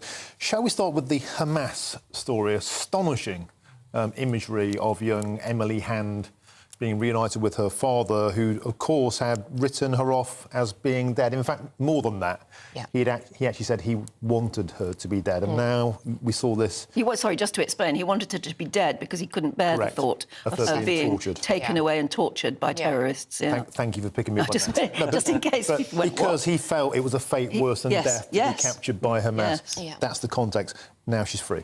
Yeah, and some of the sort of testimony coming from the hostages, among them Emily, but the adults who've been talking about what they went through before that first release, the first swathe of releases on Friday night. There's a woman called Ayat Nouri who was talking about the fact that her eyes are still adjusting. They've been underground for 7 weeks. It doesn't even, because we've been talking about it so much, it doesn't feel that long. There's sort of network of tunnels, and they didn't know they were going to be released. They really weren't sure they were being taken along these tunnels. So they were kept in terrifying conditions until the very, very last minute. And actually, Hamas did that to the rest of the world as well. They kept us hanging on there on a very edge of a cliff, not knowing if actually everything was going to fall through yesterday, and it so easily could have. And as we can see now, there's a wonderful picture of Emily there with her dad, and he can't have even dreamed it would end like that. And the actual footage of them being released, like we covered this live on Friday, it was just astonishing. I mean, in real time, hostages were coming out of Red Cross vehicles and getting into ambulances on world TV, Egyptian state TV. And I saw, obviously now it was Emily, a child, and I just remember saying at the time, that could be my daughter. And my daughter's 9, Emily's 9. She had her 9th birthday underground. While she was there, Are you actually, I mean, it actually... What a story. Yeah. It makes me feel extremely... it makes me want to cry when you say that. I've been close to losing it a couple of times today, I think. Yeah. It's just so... It's so touching. They didn't even know they were going to be released until they saw the Red Cross buses, until they emerged. And you just can't imagine what they went through, what the families were going through waiting. And, of course, I mean, they wouldn't have been told any news, and if they were told anything, it would have been probably lies. So they had no idea what was happening in the world above them, actually. No idea at all and this whether they would live or die. wonderful, brave lady who was being helped onto one of the buses by a Hamas terrorist, and she pushed his hand away. Yeah. Oh, I didn't see think that. that's brilliant. It is, an act of brilliant. defiance. Do you think, Fraser, this will change the political landscape? Because there's been a huge amount of pressure from the UN, from Labour Party and so on and so forth, globally, for a ceasefire. If a ceasefire looks like this, as in... Well, this is a kind of ceasefire that most of us can get on board with. I think the ceasefire that the UN are calling for, and what many of the sort of anti-Israel marches are calling for, they just want Israel to give up. Don't they? That's essentially what they're calling for. Presumably, that's why they're still marching. There was, this big march yesterday for peace, quote unquote. Presumably, again, they want to see the end of Israel. Well, the sort of ceasefire they're calling for does mean Israel giving up. Yeah, essentially. And so, we've ended up with something much better, where hostages are being released. I mean. What was shocking, actually, is this is an important reminder of the sort of evil that we're dealing with in terms of Hamas. But people may have seen the statement, it's gone viral on Twitter, from Leo Varadkar, the Irish Taoiseach. And he sort of implied that she'd just been lost, as if she'd been lost in a supermarket rather than kidnapped, taken hostage by terrorists. It was an astonishing blunder, that. What did he say? He said she'd been lost, quote, lost. Well, Emily Hans? Yeah. Emily Hans wasn't lost. She was kidnapped by terrorists. She wasn't lost. No. He's been absolutely slated by that. I think it's had about 17 million views worldwide. Do you think he probably didn't mean that? I don't know what he meant. But Is it when people sort of like when people say instead of died, they mean passed away, just passed over or whatever? Yeah. Sort of studied neutrality or something like that. But here, I can understand why governments would want to be neutral in the war, but how can you be neutral about? How can you be emotionally neutral about terrorist acts like this? But then it's a war crime. He called the people who protested about the stabbing of the children in Dublin far right. He called them criminals. He came down hard on them. Yes, he called them lunatics. Yet Hamas, she was lost. Yeah. I don't know what goes through these people's minds sometimes. No, it is crazy. I think that's... I just can't help thinking that may be phraseology. Perhaps. Do you remember after 9/11, President Bush said, we're going to catch those folks? And people in Britain thought, calling them folks? But that's what, in his language, but in his language, that's, that's the way he spoke about people. He meant people, we'll catch those people. But it just jarred with us because we don't use folk in the same way. I'm hoping that's what Leo Varadkar I like your charitable soul. Thank you. I do think it is in line with, the way that the BBC don't refer to Hamas as terrorists. That's the problem. Language does matter here, and does. you need to be careful of every word, really. Yeah. But here we are. I mean, this is Sunday. Little Emily was released, amongst others, yesterday. We're going to be in the same situation today. That's the thing. Just there are other hoping families. Clinging on to the edge of a cliff, hoping. There are other families on both sides still waiting, and that's what we have to remember. They have to, they're still hoping that another terrorist, another another hostage release is going to take place and all of that. So and the this other isn't thing, over. I think, you have to be so careful the way you talk about these things. People say, until the women and children are brought home. But hang on, what about the men? Yes. I mean, just because they're men doesn't mean they're that they're guilty of anything. Any innocence any of less needs to be innocent. released. And as the mother of grown-up young men, I would say, I mean, can you imagine how worried any family is if their menfolk are amongst the hostages? That's right. So it's just people who don't deserve to be in this situation. And we spoke to James Marlowe, and he said he's recently returned from Israel, and he said that a third wave of hostages are being released today, and the families will have been informed. But they still don't know if that's... But they're still hoping, exactly. Yeah, they're still hoping. I mean, the deal may be scuppered. And I wonder, Fraser, if this will apply pressure, because, I mean, Netanyahu has been adamant in his language all along. He will not stop until Hamas is completely eradicated, wiped out, fighting talk. And suddenly there's a ceasefire and there are glimmers of humanity and hope like this. Would it change things or not? Well, we have to see how it goes. I mean, we have to see to what extent does Hamas keep to the terms of the ceasefire. I mean, the deal was looking like it was on the rocks already quite quickly. Yeah. I think, I don't think Israel's perspective is going to change. October the 7th changed everything from their point of view. They've realised that Hamas is not something that they could afford to accommodate any longer.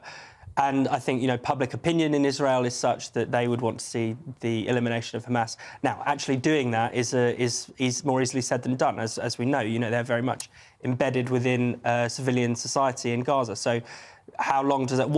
I don't know what the objective looks like. When do you decide that Hamas has been dealt with is a question that... But I tell you what, you take your hat off to the hostage negotiators, though, because there was this awful glitch yesterday, which I gather was Hamas saying, hang on a minute, you're not letting aid into where we want the aid let in. In other words, northern Gaza. And you think, oh, my goodness, no, everything's going to stop now. But clearly the negotiators were able to get them round the table again or on the phone or however they do it, and just...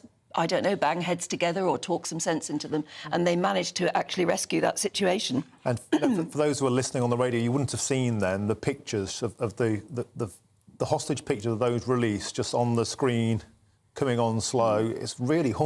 And the other thing, do you find, though, is that the more we anticipate their release, the more human they become to us. We didn't know them, we don't know them, but now we're beginning to catch on to their names and their situations. Yeah. I mean, I, for one, am still worried about the lady who was 8 months pregnant when she was captured. Nobody has said there's any indication whether she's dead or alive, and she must have either had the baby or, something terrible has happened. But there's no news at the moment. I look for her name. I know, and also the realisation that these people will go through trauma. A 9-year-old girl, the trauma that she will now have to be processing and dealing with, that kind of stuff doesn't go away. This is 7 weeks. But she's this alive. wasn't a bad day. This was alive. 7 weeks. Yes, she's alive. There's a lovely and children story. are incredibly resilient. Yes, I do think so. Her father said that he asked the IDF if he could please, when he was being arranged to go and meet her, if he could please bring her dog. And he said he was really surprised that they let him. Yeah. But he said, honestly, she may have trauma about why Daddy didn't come and rescue her, but she won't blame the dog. And she's very, very, she's totally bonded with the dog. And he said that dog may well play a very, very important part in her rehabilitation. Healing dog. And so healing dog. And the IDF said, OK, bring the dog. And I think that was just one of those lovely little human moments. Human moments, exactly. And when you think that those hostages, their photographs have been pulled down by people around the world, and when you see that they're real human people who just, because they're Jewish, with families who love them. And to tear down those posters, unforgivable. A crime. Anyhow. Shall we move on to how we're all going to face -7 temperatures, Emma, over the next couple of weeks? We are plunging into an Arctic blast. Can't have a royal story and not have a weather story, because I love weather. I love weather. And you were talking about being outdoors this week and how freezing it's going to get. It really is. But I love these details about, in the big weather stories, of course, all over the papers. But I love these stories about how southern softies, apparently we turn on the heating when the temperature hasn't gone quite so low, but northerners are the toughest. And so when do you turn on the heating? Lots of people I know this year have been saying, I'm going to wait till December, I'm going to wait till December. And then this past week they've caved in and said, central heating's on. Yeah. I've had mine, but it's so cold when we get up for this early shift. Yeah. It's always blooming cold in the freezing. mornings. Yeah, so... It's difficult to get your leg out of bed, It isn't is, yeah, well, put your leg out and it just gets frozen straight away. Absolutely. I have my underfloor heating on in the bathroom specifically for the early shift because I just have to. Yeah. But apparently... So it's going to plunge to -7 this week, and then we'll have a couple of weeks of Arctic blast, and then things will become warmer and wetter. Oh, isn't there a story somewhere as well that the bookies have now dropped the odds on a... White Christmas. White Christmas. On a White Christmas, exactly. Yeah. Now, I'm not quite sure what qualifies for a White Christmas anymore, because a lot of people up north, don't you, have White Christmases regularly. Down south, we don't very regularly, but I think that's what the story is about, that actually the snow may come into more southern climes. Doesn't it have to fall on the BBC headquarters? Isn't that what qualifies as how they officially decide? And then they can blame climate change. No doubt they will. OK, what else we got? Well, should we go for something light? Yeah. Because I want to know more about this kangaroo. OK. Who plays I'm dying to tell you about him. Yes. So this is they have a thing called the Comedy Wildlife Awards, and this year it's been won by a kangaroo playing air guitar. I really hope you're going to have a clip of it.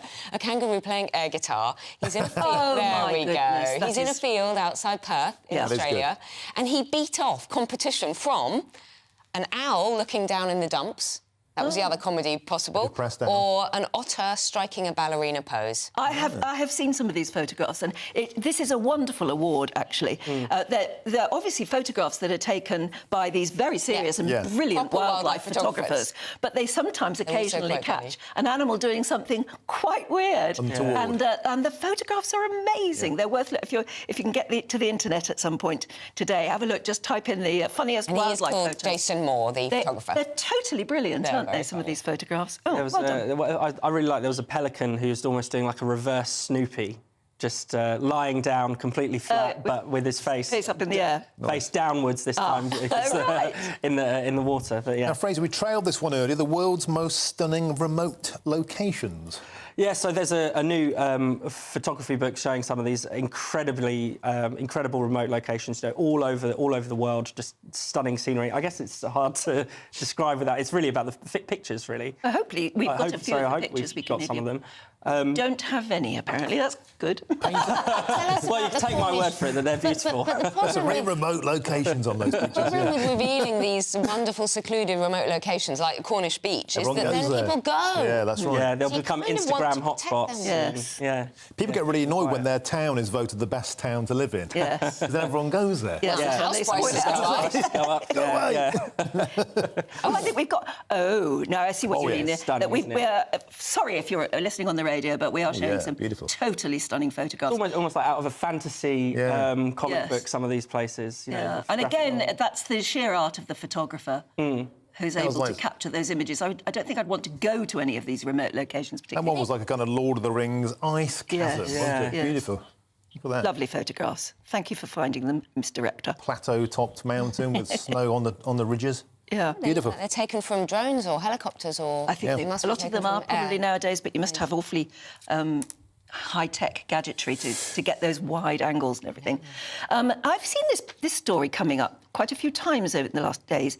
It's about an unprecedented cosmic ray, Fraser. Yeah, so this is an extremely high-energy ray coming from space. We don't know where, and it's been detected in Utah, and it's I think it's only one of twice we've recorded these things reaching Earth in history. The last one was was in the 1990s, and it's so powerful.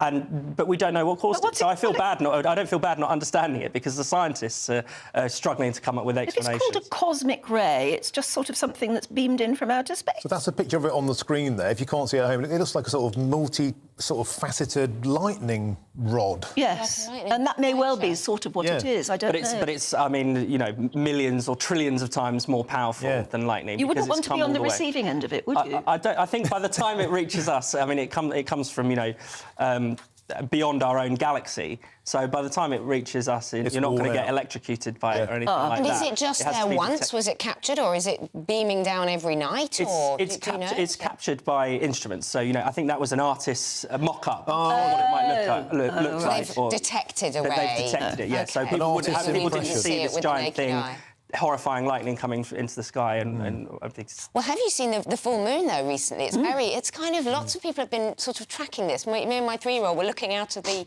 window. We've been watching. It was too cloudy earlier in the week, but we've been watching this half moon, and I was explaining about last night. It was amazing, and there was a halo around it. And often in London, in the middle of London, you don't see.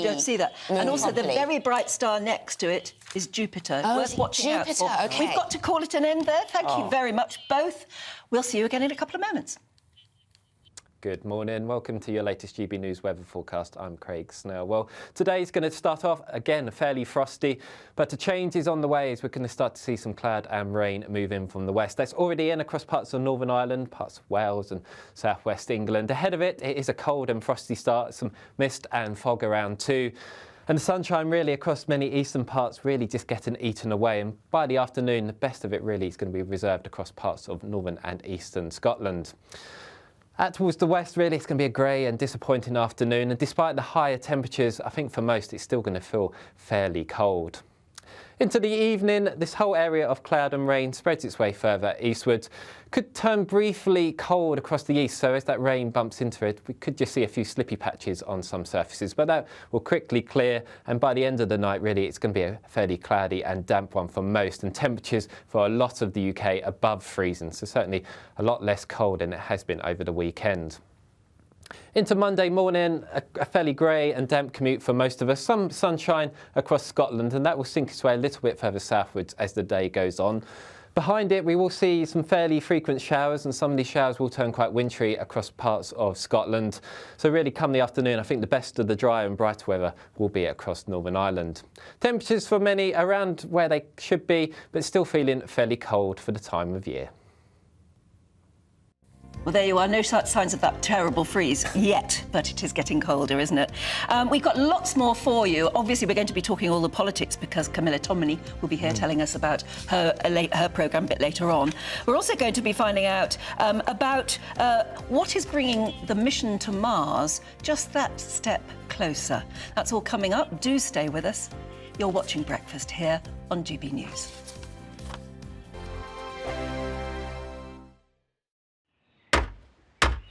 Who is it? We're here for the show. Welcome to the Dinosaur Hour with me, John Cleese.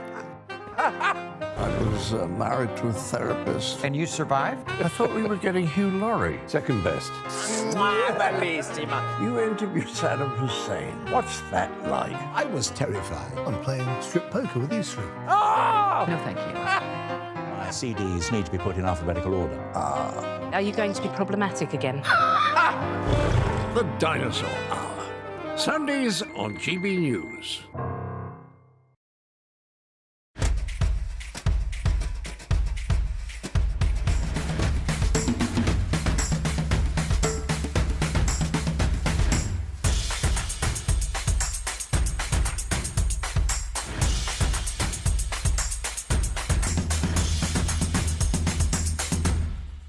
Wake up to the headlines with Headliners every morning at 5 a.m. We treat you to the day's biggest stories before anyone else, 7 days a week. You can catch up on everything you need to know before you've even had your kippers. Headliners every morning at 5 a.m. only on GB News, the People's Channel, Britain's news channel. GB News, unlike other broadcasters, isn't obsessed with the London-Westminster bubble. We think there's a nation beyond the M25, and that's why we talk about the issues that matter across the land. Join me on State of the Nation, 8 to 9 o'clock, Monday to Thursday, on GB News. Daisy's listening, and you should too. I think the most exciting bit for me is talking to people. People who I think are ignored often by the major news channels. We're going to give news they want to hear. There's a voice there that needs to be heard. I think there's a chance here for a diversity of opinion to be expressed, which you don't find elsewhere. It's really exciting. We don't hold back. We're free to say how decisions that are taken here affects us all around the country. Only on GB News, the People's Channel, Britain's news channel. There's only 3 people you can trust in life. Your doctor, your lawyer, and your nana. I'm not sure. So join me, Nana Aquare, at 3 p.m. every Saturday and Sunday, where we discuss the biggest topics of the weekend. Be ready for battle. Could you be quiet? What is It's my new teeth. It's your new teeth. I don't bite. Well, not without a good reason. Always honest, always fun. Every weekend at 3 p.m. on GB News, the People's Channel, Britain's news channel. Your weekend starts here with Friday Night Live with me, Mark Dolan, 8 till 9 on GB News. Big stories, big guests and big laughs as we get you ready for a cracking weekend. That's Friday Night Live with Mark Dolan. Fridays 8 till 9 on GB News. Bring your own drinks. The admission's free. Tired of the usual focus-tested, pre-prepared Westminster runaround? Well, so am I. So you want higher taxes? Is your department to blame for this? Are you rethinking this policy? Every Sunday at 9:30, I'll be sitting down with those in power to get the truth about the issues affecting you. Let's be honest, we've known about the cost pressures of this project for years, not months. That's the Camilla Tominey Show, a politics show with personality. On GB News, the People's Channel, Britain's news channel.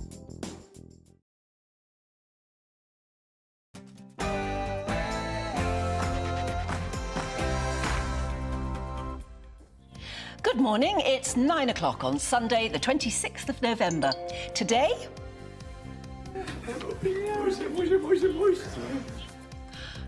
was a ray of light, a beacon of hope. A further 17 hostages set free by Hamas, including that little girl, 9-year-old Irish-Israeli Emily Hand.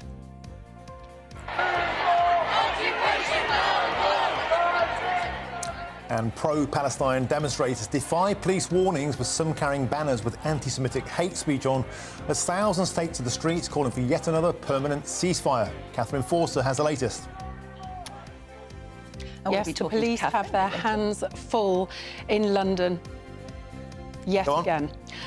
With a pro-Palestinian protest yesterday and today, an anti-Semitism march against anti-Semitism. About 40,000 people expected to attend, beginning at the Royal Courts of Justice at 1:30 this afternoon.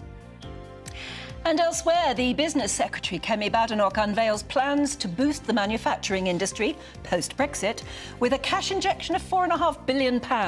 But is that enough to revive growth in time for electioneering? And Craig Snell has your weather forecast. Good morning. It's another cold and frosty start out there for most of us, but out towards the west, a change is on the way. Find out more in a little bit. Well, it's lovely to be with you this morning. I'm Anne Diamond. And I'm Martin Daubney, and this is Breakfast on GB News.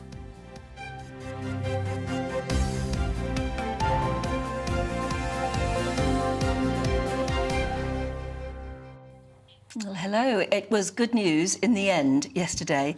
And of course, it gets you thinking, will it be good news again today? Because we were hanging on a cliff edge, weren't we, for most of the day yesterday.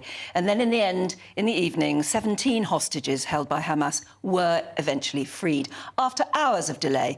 And of course, huge fears that the truce deal with Israel was crumbling apart even only on day 2. And those released include 9-year-old Irish-Israeli girl Emily Hand. Beautiful. Her father, Thomas, was, of course, told she died in the October 7th attack on Kibbutz Be'eri. And he had this reaction when he learned that she might actually be alive. I went, yes! I went, yes, and smiled. Because that is the best news of the possibilities that I knew. Just astonishing. Like, that's when he thought she was dead. I thought that was when he thought there was a remote chance she was alive. No, that was at the beginning when he thought that she was dead, and he actually was celebrating the fact she was dead because he was terrified what the alternative may be, which was being tortured by Hamas. He was more frightened that she'd actually been taken and tortured. And it was an incredible moment, and now she's back with him. Gosh. It's just astonishing. After 7 weeks in captivity as well, underground, she was reunited with her dad there. He's relentlessly campaigned for her release, and he's also often said it's not just about me and Emily, but of course, in a way, they came to signify the sort of torture that so many human beings have been going through. Just an unimaginable story, but one that offers just such amazing hope. It's just beautiful. And, of course, there were other survivors of that same massacre at the kibbutz Be'eri, and they were among the 13 Israelis and 4 Thai hostages who arrived back in Israel in Red Cross vehicles last night. And this is the second release of hostages from Hamas captivity, totaling 26 in exchange for 78 Palestinian prisoners. And the swap is part of the 4-day ceasefire truce between Israel and Hamas. And earlier in the week, Foreign Secretary David Cameron visited Israel and said he hoped the temporary truce would succeed in getting hostages out and aid into Gaza. Well, thousands are expected to gather in London this afternoon for a march against the surging levels of anti-Semitism across the country. And organisers of the march say they no longer feel welcome in the capital, especially with the number of pro-Palestine protests that are taking place. Well, we're talking about that anti-Semitism march, and Camilla Tominey is with us now, your programme coming up. Yes. In fact, one of the guests on your programme is somebody who's taking part in that march. We're going to be speaking to Stephen Silverman, who has organised that march. At the moment, it's a bit sketchy, but I think the numbers they're talking about, 40,000, 50,000. Let's see what happens a little later. It's starting at 1:30, a peaceful march through London, involving lots of different people who have obviously been saying that some of the rhetoric around Jewish people in the UK has been completely horrendous over the course of the last 4 weeks.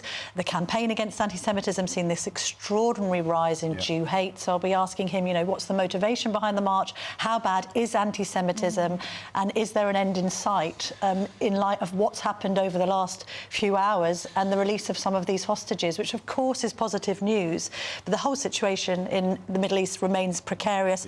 I'm going to also be speaking to a former Israeli Justice Secretary, almost Israel's equivalent of somebody like Priti Patel. She's no longer in office, but she's very close to Netanyahu.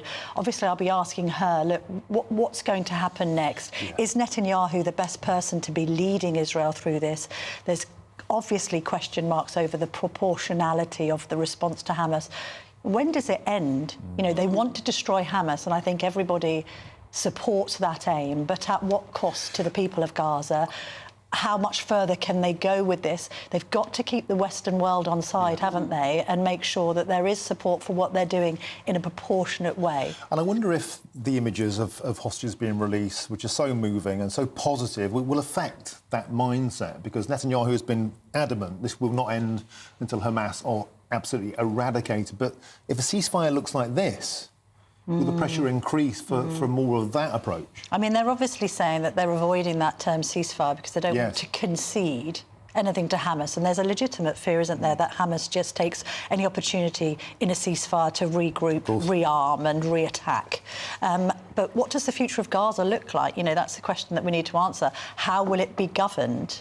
You know, where do some of the people go that have been trying to flee through the Rafah crossing? What's the response of the rest of the Muslim and Arab world to some of these refugees? Are they going to take them in? What happens next? What happens with regard to Iran? It was interesting to see David Cameron out there, wasn't it? It was. In the week. Is he back now, do you think? I think he's back. And what I think is interesting about his appointment is there is an argument that it is making Rishi Sunak look less prime ministerial. I mean, is he being dwarfed figuratively and literally by the return of a former prime minister? I think that's quite difficult. I think it's been difficult for the party because there's obviously a lot of people on the Brexit side of the debate that don't like him because of his perceived Romania. Actually, there are some people on his One Nation caucus side of the debate that still haven't forgiven him for walking out on them. You know, they feel that he betrayed the party. So that creates tensions. Having said that, largely, I think the response to the budget's been pretty good this week.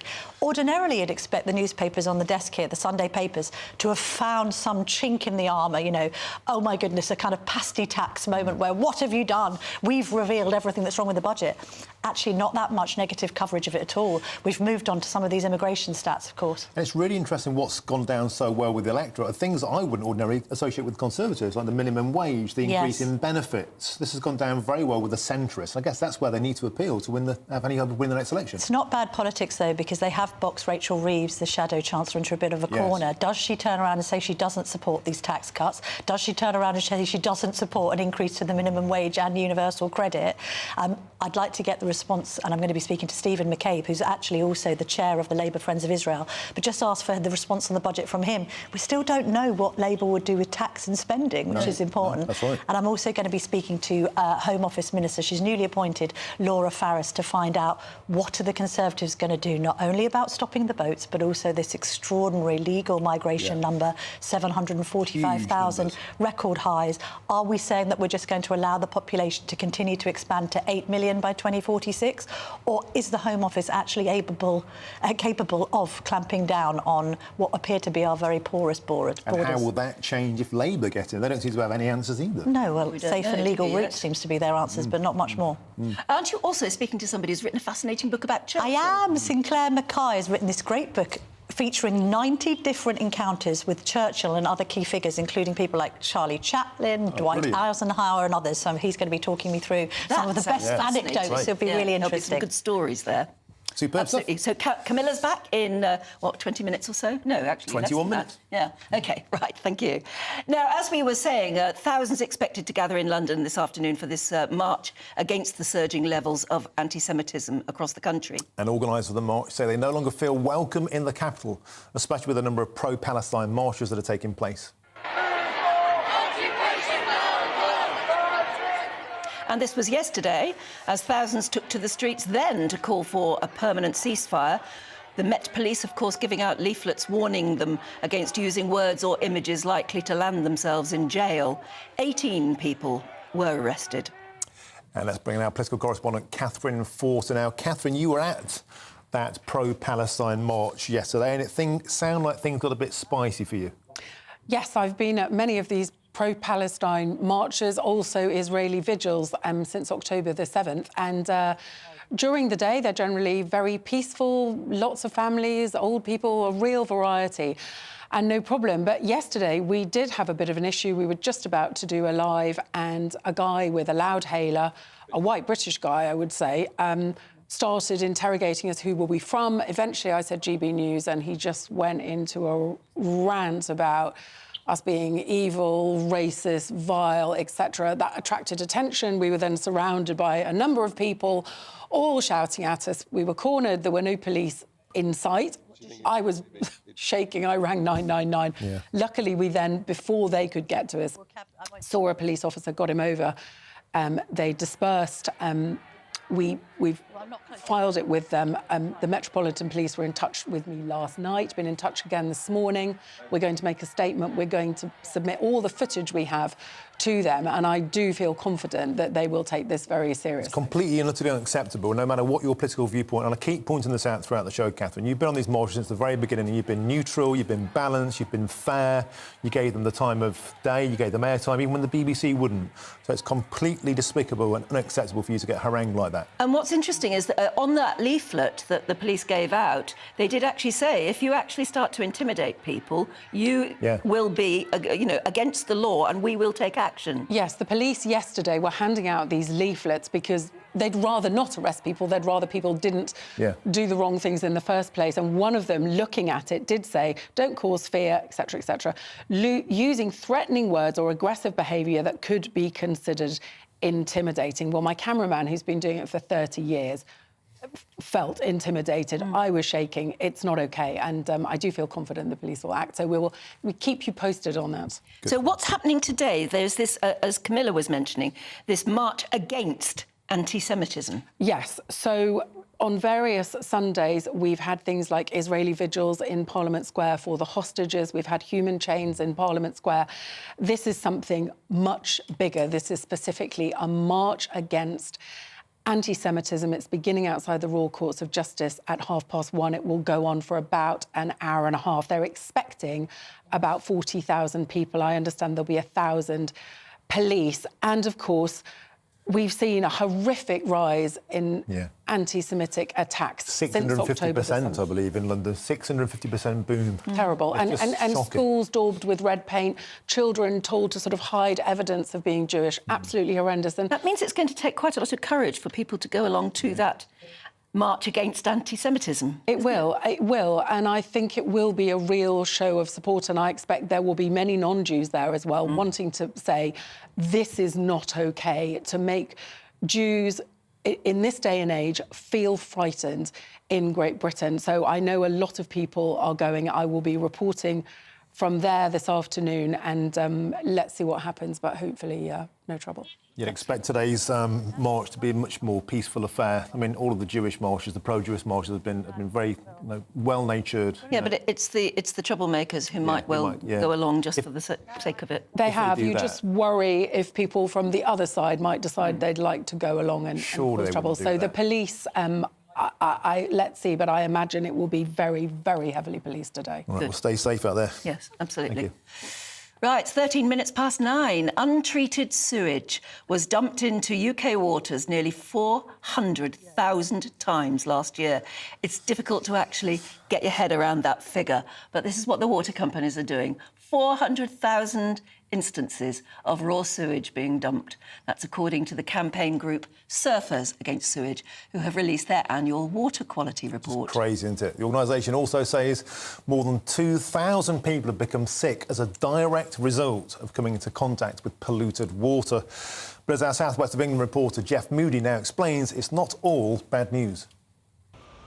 Raw sewage, untreated, unsafe, and pouring unabated into our rivers and seas. Scenes like this caused widespread anger and disbelief over the past few years, but Izzy Ross from Surfers Against Sewage has been complaining for a lot longer. You know, the last few years for us has been all about bringing the truth to the surface, and we're still not 100% there with seeing that from the water companies, but we're starting to see actually the scale and breadth of the sewage scandal that is going on behind closed doors, and rightly the public are very angry about this, and we want to move this campaign along now ahead of the next general election to actually say, what are the solutions, and to get people to work in their local communities, to influence local candidates, to make sure water quality is top on the government's priority list. The study took place across the summer. The environmental group sampled 40 locations across the UK every week. Of these, 24 were deemed to be poor, and 4 were said to be worse than last year. Around 2,000 people have complained the dirty waters have made them sick. Grim reading, but not unexpected. Surfers Against Sewage say whilst the findings are shocking, there is a definite sense that the government and the water companies are finally listening. Today is really the start of our big campaign to work with a lot of local communities to make sure that they're fighting for water quality where they are, whether that's Northern Ireland, Scotland, Wales or England, and to say to the government, you know, we need to end sewage pollution. We've recently released our End Sewage Pollution Manifesto alongside other NGOs and organisations, which gives the government a 5-point plan about how they can end sewage pollution, which includes enforcing the law. It includes protecting high priority sites like the River Dart, where we see a diversity of wildlife, but we also know that lots of swimmers like to be here as well. So it details a plan that they can make to actually fix this issue. A spokesperson for the trade association Water UK said in a statement, water industry investment has transformed coastal bathing water with a 7-fold increase in the number of beaches achieving an excellent from the Environment Agency since the 1990s. We now need to do the same for our rivers and inland bathing areas to ensure we meet public expectation. Water companies are now proposing to invest £11 billion over the next 7 years to massively reduce storm overflows and radically improve the state of our rivers and seas. And with a general election on the distant horizon and the public firmly behind the drive to clean up our water, the hope now is something will finally be done to end the practice once and for all. Jeff Moody, GB News. I wouldn't hold your breath, would you? No. Because we've been complaining about, and they've been complaining, those Surfers Against Sewage people have been complaining for years. Since the 90s, yeah. And it still seems that nothing is done. Anyway, do stick with us, because coming up, the UK has successfully built a special tool that's gone onto the Mars rover and that will be essential in the search for life on the Red Planet. We'll have more details in a couple of moments. You're watching Breakfast.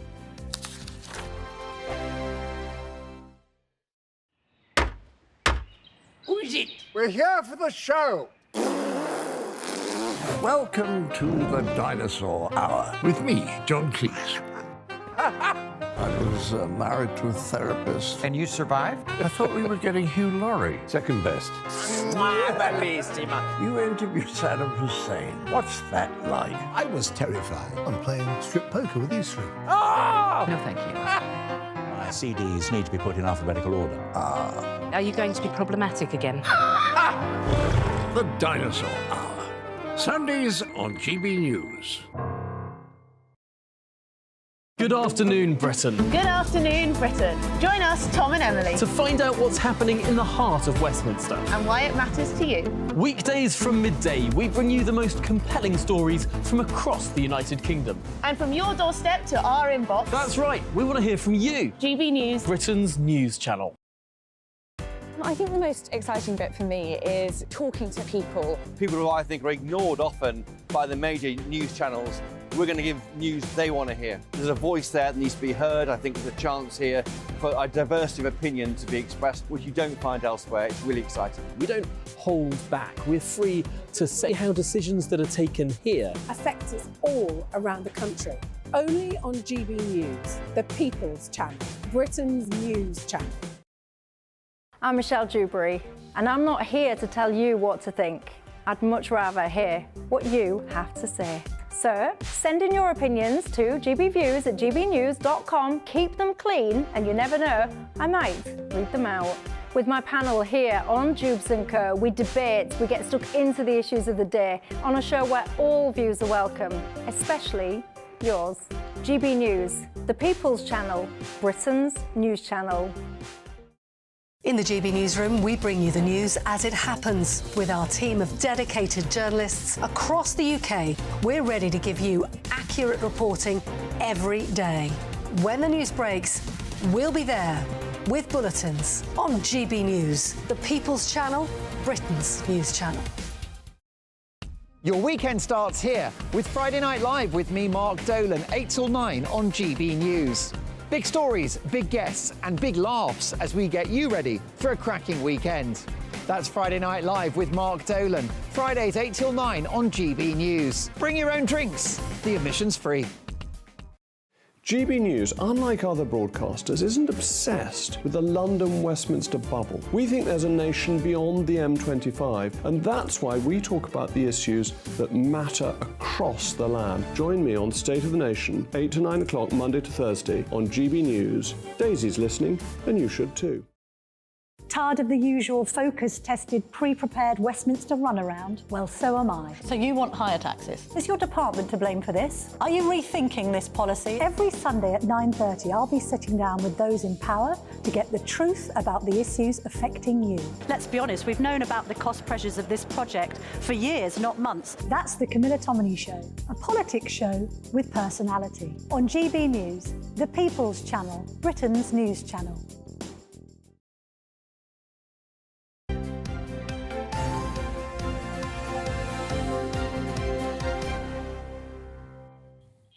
Welcome back. It's 9:21. You're watching and listening to Breakfast with Anne and Martin.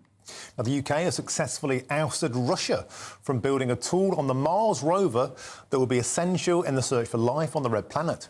The European Space Agency's £10 million Rosalind Franklin Mars rover, which aims to launch in 2028, will now be entirely built in the UK. Fantastic news. And We're good at gadgets and gizmos, though, aren't we? Brilliant stuff. Let's talk to space and planetary scientist Andy Lound, a man who gets excited about space at the best of times. This is fantastic news, both for space exploration and brand Britain.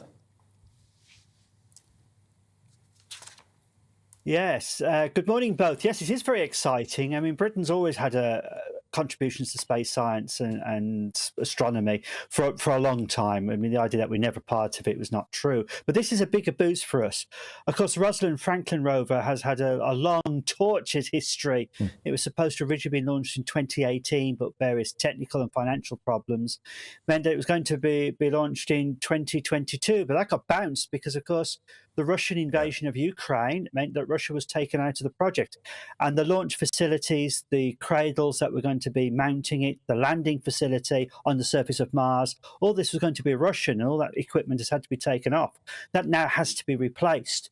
And the upshot of this has been that University of Aberystwyth get to put this spectacular spectrometer on. And it has to be said, because there's been a delay, it meant they can improve and update the piece of equipment they want to put onto the rover itself. So we'll get more information from this, and it is quite spectacular. And this is a very, very important piece of equipment indeed. But some people have been suggesting that it's just repeating what the Americans are doing. It isn't. This is far more sophisticated in some ways, and will actually be drilling down into the surface well over a metre, going quite deep to pull out ancient materials that can be analysed by the Aberystwyth instrument to detect minerals, material like that, see what sort of environment was there, if it was a wet environment, and could give us indication, for instance, whether there was past life on Mars. Ooh, that sounds exciting. And what part of Mars is it going to? Would it be a completely new area, one that isn't jam-packed with rovers already?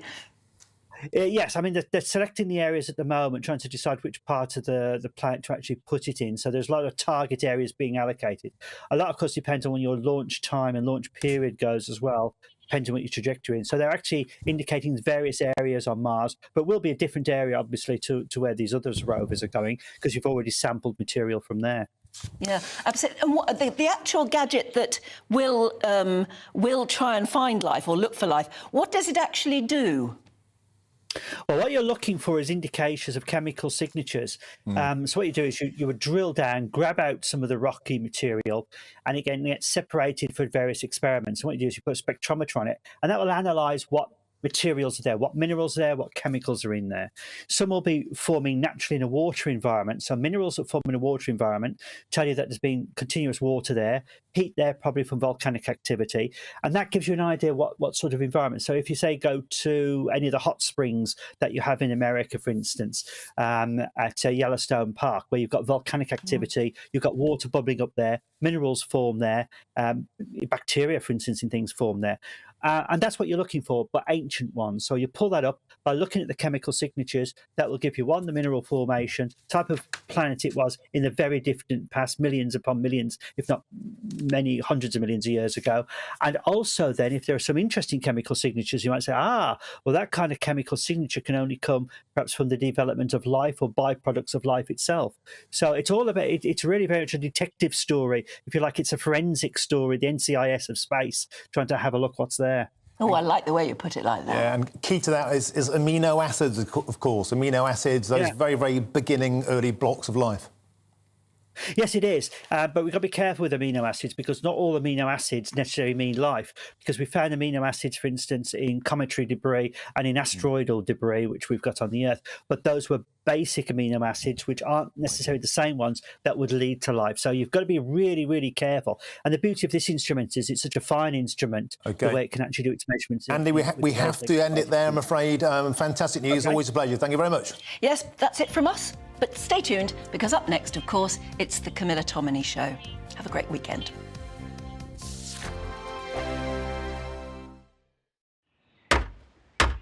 Who is it? We're here for the show. Welcome to the Dinosaur Hour with me, John Cleese. I was married to a therapist. And you survived? I thought we were getting Hugh Laurie. Second best. You interviewed Saddam Hussein. What's that like? I was terrified. I'm playing strip poker with you three. Oh! No, thank you. My CDs need to be put in alphabetical order. Are you going to be problematic again? The Dinosaur Hour. Sundays on GB News.